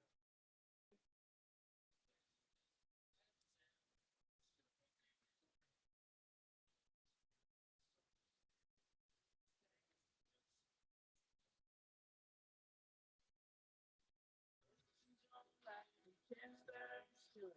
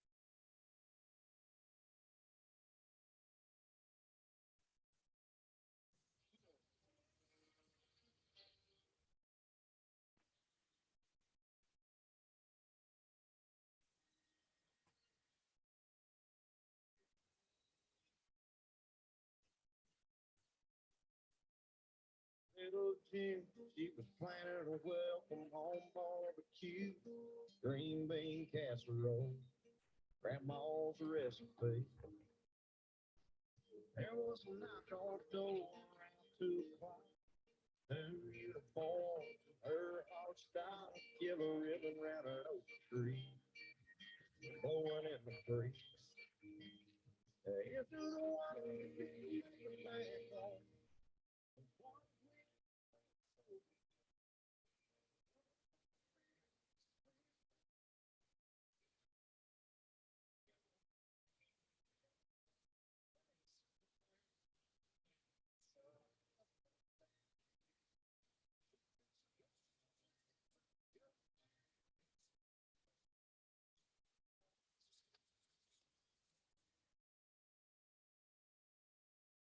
Just down the whole town showed up, sang Amazing Grace, watching slideshow up. It's 22 years. There was laughs and there was tears. That preacher talked about sacrifice and traffic stops for them Cadillac lights. Johnny sold beer at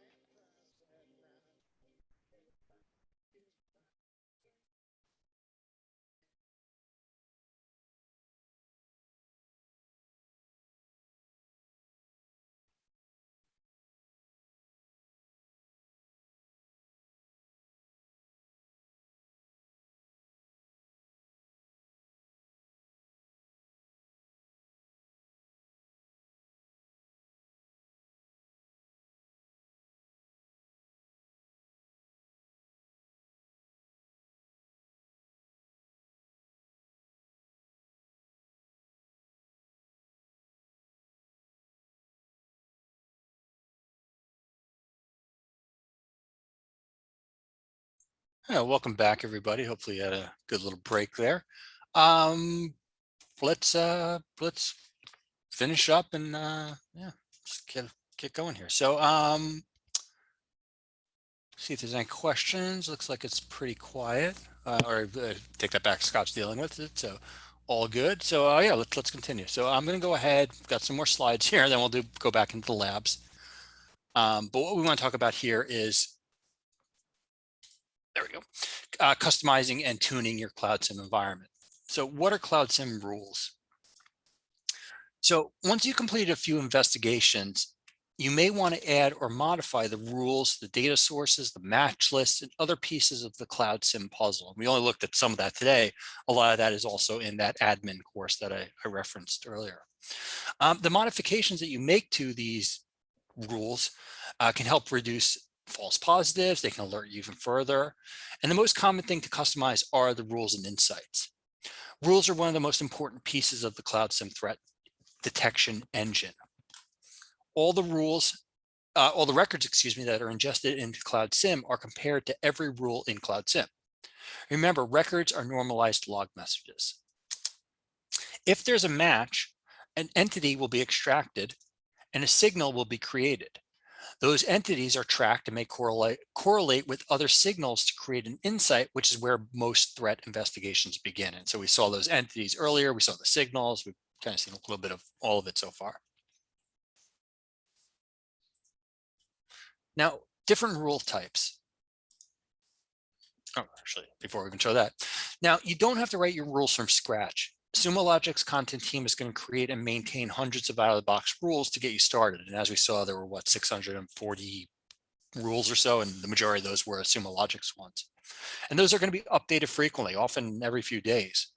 And you can see the most recent updates in the announcements page, but sometimes you need to write a new rule from scratch. Now, you might do this if your system has a source that isn't covered by the default rules, or if you're looking for a threat that isn't covered by the default rules. These custom rules aren't updated or deleted by Sumo Logic during the regular update, so they're going to be independent from the default rules. If you do decide to create custom rules or rule tuning expressions, those rules will not be modified or deleted by Sumo's regular updates. Now, the different types of custom rule types, there's 4 different types. Match rules. So these are where you're going to take a very simple Boolean statement and check if it's true or false. If it's true, then an entity will be extracted and a signal will be created. For example, you might look to see whether an IP address matches those on a banned list. Binary, it either does or doesn't. A threshold rule. These are going to be triggered when a match is found a certain number of times. So for example, if 1 failed login attempt is acceptable, but 5 isn't, then a threshold rule would fire after the 5th failed login attempt. So like we were looking at earlier this morning, where we were looking for brute force attacks, Cloud SIEM is a great way to handle those type of things. Chain rules, another type of rule. These are going to fire when certain different events happen in a specific time window. So if you wanted to look for 5 failed login attempts, followed by 1 successful login attempt, or 1 successful login during an hour, then you'd use a chain rule. And finally, aggregation rules. We don't really use them too much, but certainly worth going over. These are going to be triggered when up to 6 different events accumulate over time. So if you want to write a rule that looks for a large number of event types from a single device IP, the aggregation rules would be best. Now here is a sample or a template of what the rules look like. On the left-hand side, there we go. So as you see here, there's a left and a right-hand side of the screen, basically an if and a then. So on the left-hand side of the screen, the if statement is going to be recorded to match for the rules to trigger. You can also add the rule tuning expressions, which would go right here. Those are going to act as small exceptions to the rules and are going to be appended with an end statement. So when you do a rule tuning expression, it's acting as an end. Now, once you set the conditions for the rule to fire, then you can configure the signal that's going to be created. This is going to contain information like the name, the entity, the description, that MITRE ATT&CK tactic and techniques that we sort of talked about. And then finally, you're going to configure the rule severity score. That's going to be on a scale from 0 to 10, with 10 being the most severe. You might choose a severity of 0 if you want to monitor something, but not necessarily create an insight for it. Higher severity scores are going to be more likely to trigger insights.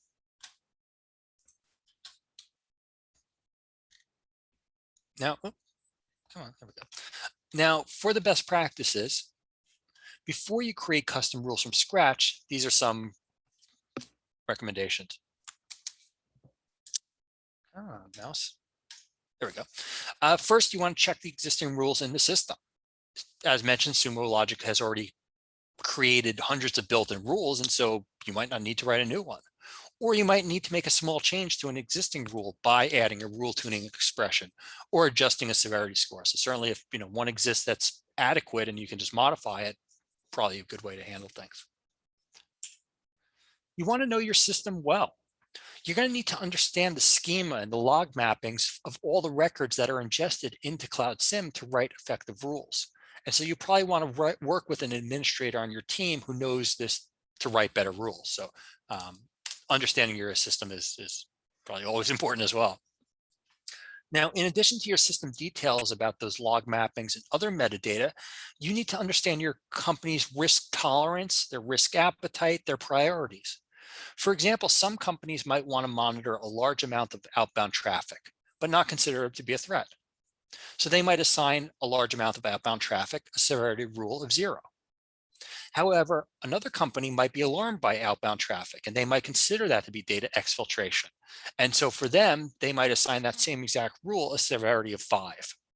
Both are correct, it's just what's important to you. Understanding the types of rules. So if your use case requires a chain rule, but you write a threshold rule, that rule might not be as efficient or as effective as it could be. Making small changes and testing them, and this is probably a good rule in I guess any aspect of Sumo Logic. So when you create a new rule or edit an existing one, make these small changes. So for example, if you have a severity score of an 8 and you want to go down to a 2, maybe try going to an 8 to a 7 first. After that 7, if that's not good enough, take it down to a 6 and a 5 and then go down to 2. Don't just go that dramatic. And then another new best practice is to save all the new rules as a prototype. And you'll see this, I think we'll show this to you in a moment. It's just a checkbox. And so you want to do this because it's going to allow you to monitor the rule's behavior without creating new insights or alerts. So a good way to just kind of test the system. A few more slides here. Actually a bunch, but not too bad. So rule tuning. I have alluded to this a little bit, but adding a rule tuning expression to an existing rule is one of the easiest and most common ways to customize your rules. That rule tuning expression is going to be an end statement that you add to that existing rule. So with rule tuning, you can modify existing rules without rewriting them from scratch, as said a few times. Once you've written a tuning expression, you can apply that tuning expression to multiple rules. So you can also apply multiple tuning expressions to each rule. There's a lot of flexibility there. We're going to learn how to apply one tuning expression to multiple rules shortly. And we'll also learn how to apply multiple tuning expressions to one rule. So we're going to do both today. When you use rule tuning instead of custom rules, your tuning expressions are going to be retained when Sumo updates that rule. So you still get advantages of the rules Sumo pushes out to all of the users.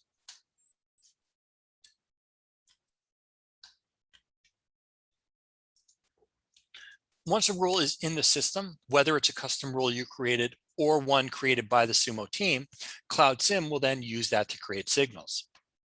If a record matches a rule, an entity is extracted from the record. The entity might be that something like an IP address, a username, a domain name. It's going to tell us that who. Once an entity is in Cloud SIEM system, Cloud SIEM then tracks the severity score of signals associated with each entity as an activity score. Once that activity score gets high enough, usually over 12, then an insight is going to be created. Now we're going to look, I have a good example here of how the clustering of the insights occurs with these activity scores. So we're going to go through an example right now of it. This is a pretty good visual example as well. So what do we have here? What we have is, as it says, each shape is a different signal. So what we have here are 13 signals that are currently in our system from the last 2 weeks. So the last 14 days, there's 13 of these different shapes. Each shape is representing a different signal. So some of the signals are from entity A, which is going to be pink triangles. Some are going to be entity B, which is going to be green squares. Some are going to be entity C, which are going to be blue circles. So based on the rule that fired, each of these signals has a severity score, and that's going to be the number inside the box is the severity score. So we're seeing 3 different entities, triangles, squares, and circles, and we're seeing activity scores. Now, by default, an entity needs an activity score of 12 before an insight is created. The activity score is going to be the sum of all the severity scores from the last 14 days. So as just said, an entity is looking for an activity score of above 12, and that will create an insight. So of these different entities, which of them will create an insight? Which of them are above 12? So let's look at the ones we have available. We have our 3 pink triangles. Those have a severity of a 5 and a 6 and a 7. We have our 4 blue circles. Those have severities of 1, 1, 2, 2, and 3. And then we have 5 green squares, 1, 2, 2, 3, and 4. So like I said, which of these signals will cluster into an insight? So think about it for a moment. And now let's, the mouse is so jumpy, there we go. And now let's see the results. So what we see here are, first let's look at the pink triangles, entity A. Those are going to cluster into an insight. Even though there's only 3 of them, they have relatively high severity scores. This total activity score is an entity, for entity A is 18, so 5 plus 6 plus 7. And so that is being grouped together into an insight. Now let's go ahead and look at the green squares at the bottom, entity B. Those are going to cluster into an insight. The scores are pretty low, but there's a bunch of them. And so the total activity score is 12, and 12 is equal to or greater than 12, and so that clusters into an insight. Now, what about the blue circles, entity C? Those will not cluster into an insight yet. However, Cloud SIEM is still going to track this entity on the Entities tab, but it currently has an activity score of a 10. So until another rule with a severity of 2 or higher triggers with that entity, it won't cluster into an insight. So what we wanted to show you here is the fact that you can have a large number of low severity score signals that won't create an insight. You could have a small number of high severity score signals that do create an insight. And so keep that in mind when you're configuring the severity scores for your custom rules. All right, 2 more slides. Custom insights. These are going to be helpful if you want to be alerted right away when a certain rule is triggered, or if you don't want to use the default activity score of 12. So with the custom insights, it's going to let you create insights based on one specific signal or a chain of signals, regardless of their severity scores. This is really helpful for known threats that are specific to your system. And another advantage of using these is you won't need to change any of your existing rules or insights. They'll keep working normally. You won't have to adjust the default settings, which is good. All right. Now remember, Cloud SIEM's out-of-the-box rules and insights are great, but we want you to have the flexibility to customize your environment, excuse me. So what we just looked at are 3 simple ways to customize Cloud SIEM's rules and insights. The rule tuning expressions, going to be those simple ways to add small exceptions to existing rules. The custom rules that let you write logic that's unique to your system to cover threats or data sources that aren't covered by built-in rules. And then finally, custom insights allowing you to get alerts based on just one rule or chain of rules. And so what we're now going to do is look at those labs that correspond to these features. So we're going to go ahead and get out our slide deck. Make sure we still have our Insight Cloud SIEM environment open. If we don't, we just might have to log back in. And we want to make sure that we have our lab guide. So assuming we have all those pieces together, Let's go ahead and do lab 4. So in lab 4, we're going to create a rule tuning expression. We're going to pretty much follow the steps. The lab is pretty guiding here, but let's go ahead and do this. So we're going to go up to the top and we're going to go to content. Where's my bar? There it is, content. And this time we're going to use rule tuning. Previously, we used rules. We used that earlier, and we're actually going to use that later in lab 5, but right now we're going to use rule tuning.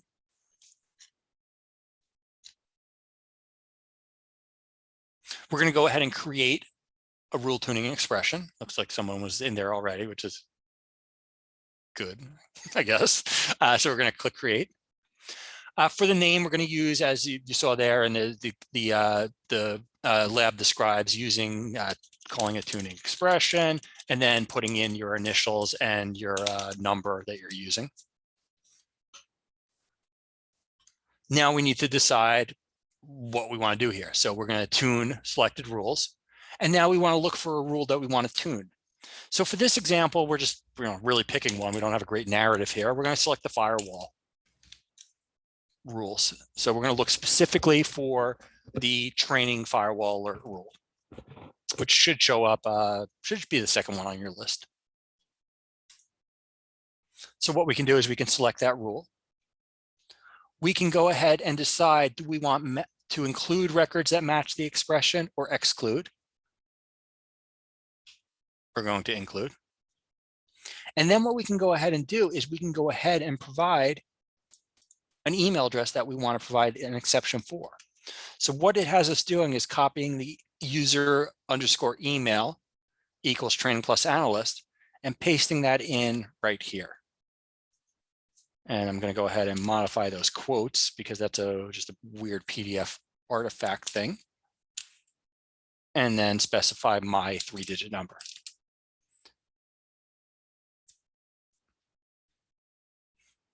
And so we would be an exception for this firewall rule. We're using the is not. So here we're using exclamation point equals to say, yeah, an exception. And now when you click submit, it's going to save, or it should. And now if we go ahead and go back to content and rule tuning, we should, fingers crossed, see our rule tuning expression. Why don't I see mine? Let me just refresh.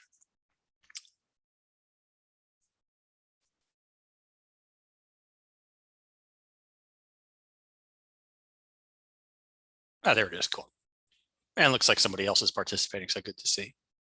And so now we've created our rule tuning expressions. Like I said, not necessarily the most exciting lab, but a helpful feature. Now, what we want to do in lab 5, and if there's questions, please ask, but let's go into lab 5, is create a custom match rule. So what we're going to do here is we're going to go back to content and back to rules this time. And we want to create a custom match rule. In this case, what we're concerned about is traffic coming from a particular IP address that's not covered by the default rule. So we want to write a match rule that's going to look for a specific IP address. So first, we're going to go to the rules. So here we see all these, and like I said, the majority of these are ones that Sumo has created. We're going to create a new one. And we need to select what type of rule. So we went through earlier the difference between a match and a threshold and a chain and aggregation. We're going to use a match because, well, one, it's the most simple and it fulfills what we need to do in this lab. So we'll select match. And now we're, once again, just going to kind of fill in the blanks. So we're going to give this rule a name. So we're going to call it match rule. Yeah, there we go. My initials, 432, I think I'm using. And now we're going to start to fill in the left-hand side of the screen and the right-hand side of the screen, left being if, right being then. So if, when a record matches the expression, this is going to trigger this rule. What do we want it to match? Well, we want it to match that IP, device IP that's in the lab. So we're going to go ahead and grab that device underscore IP, and then we're going to redo those quotes to turn them red.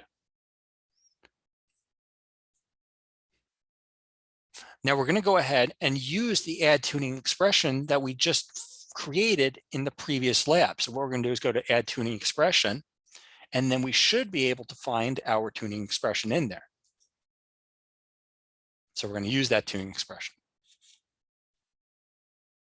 Now what we want to do is configure the signal that's going to be created when it matches all this criteria. So we're going to have the entity be the device IP. So that's going to be that unique identifier. For the name, it doesn't really matter. We're going to go ahead and just use our name. So signal name JB432. I'm going to, for the summary and description, I'm just going to put test, just not feeling very creative. And then I can go ahead and define a severity here. So I can go ahead and make it a 0, a 1, all the way up to 10. For this, I'll put something low, I'll put a 2, but feel free to play with any value you'd like.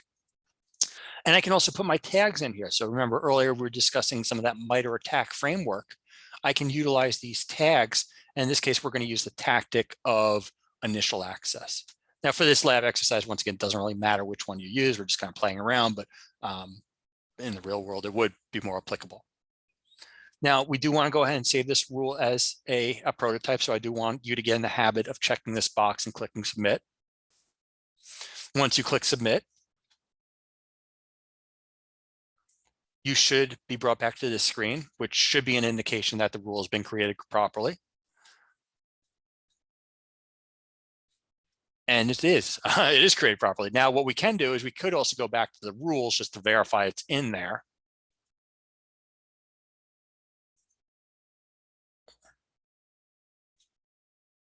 I don't know, really, this is probably overkill, but let me just see if I can find my rule in there. Yeah, there it is. Cool. And so there's my rule. All right, now the last thing we want to do is we want to create a custom insight. And so as the narrative says, we want to be alerted right away when a new custom match rule is triggered. So what we're going to do is we're going to go back to content, but now we're going to use custom insights. So we got to use everything within content today. So we're going to go to custom insights, and we're going to go ahead and create one. Once again, using our name.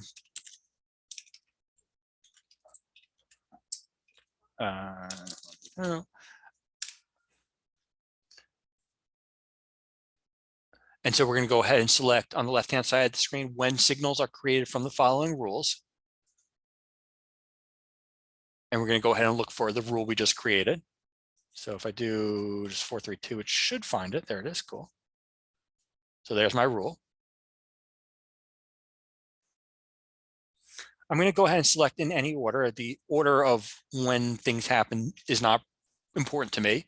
If it was, I could keep that in an exact order, but it's just, like I said, just not relevant here. And then we're going to fill out the left-hand side of the screen. The description, we need to put something in, so we'll just do test. Tags, once again, we can go ahead and put in that MITRE ATT&CK framework. Once again, it doesn't really matter. Oh, I guess I might as well do it correctly. And then I'm going to go ahead and click submit. Now I have a custom insight, and I can confirm just by going to content and custom insights, I should have one in there. And so now I've created a custom insight that will be utilized when my custom match rule is triggered.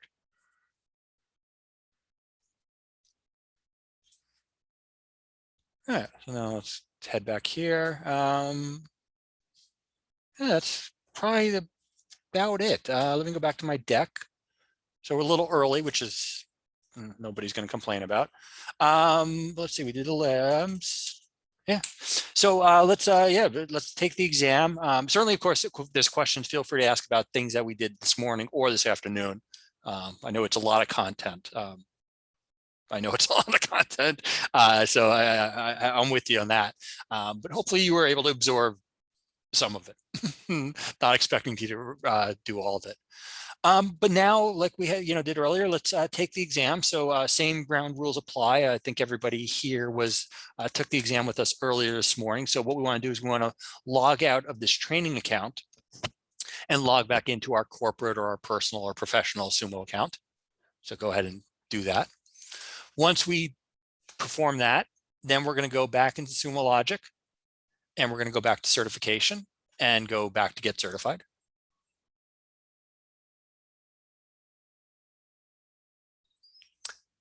And then we're going to go to Cloud SIEM. So this morning we did security. We're going to do Cloud SIEM this afternoon. And we're going to want to make sure that we select the Cloud SIEM Fundamentals exam. There's another Cloud SIEM Fundamentals. That's a course that's kind of repetitive to what you just went through for 3 hours. So the fundamentals exam. There is the admin exam. You're not quite ready for that yet, but the fundamentals exam. So same rules as before. You'll open it, you'll register, you'll take it, you'll submit your score, you'll email us to get your Uber Eats. Let's see what else. It's really kind of covers it. So thank you for everybody that's attended today. And I know some of you dropped off, but the ones that stayed are troopers. So I'm glad you stayed, and hopefully gained a little knowledge.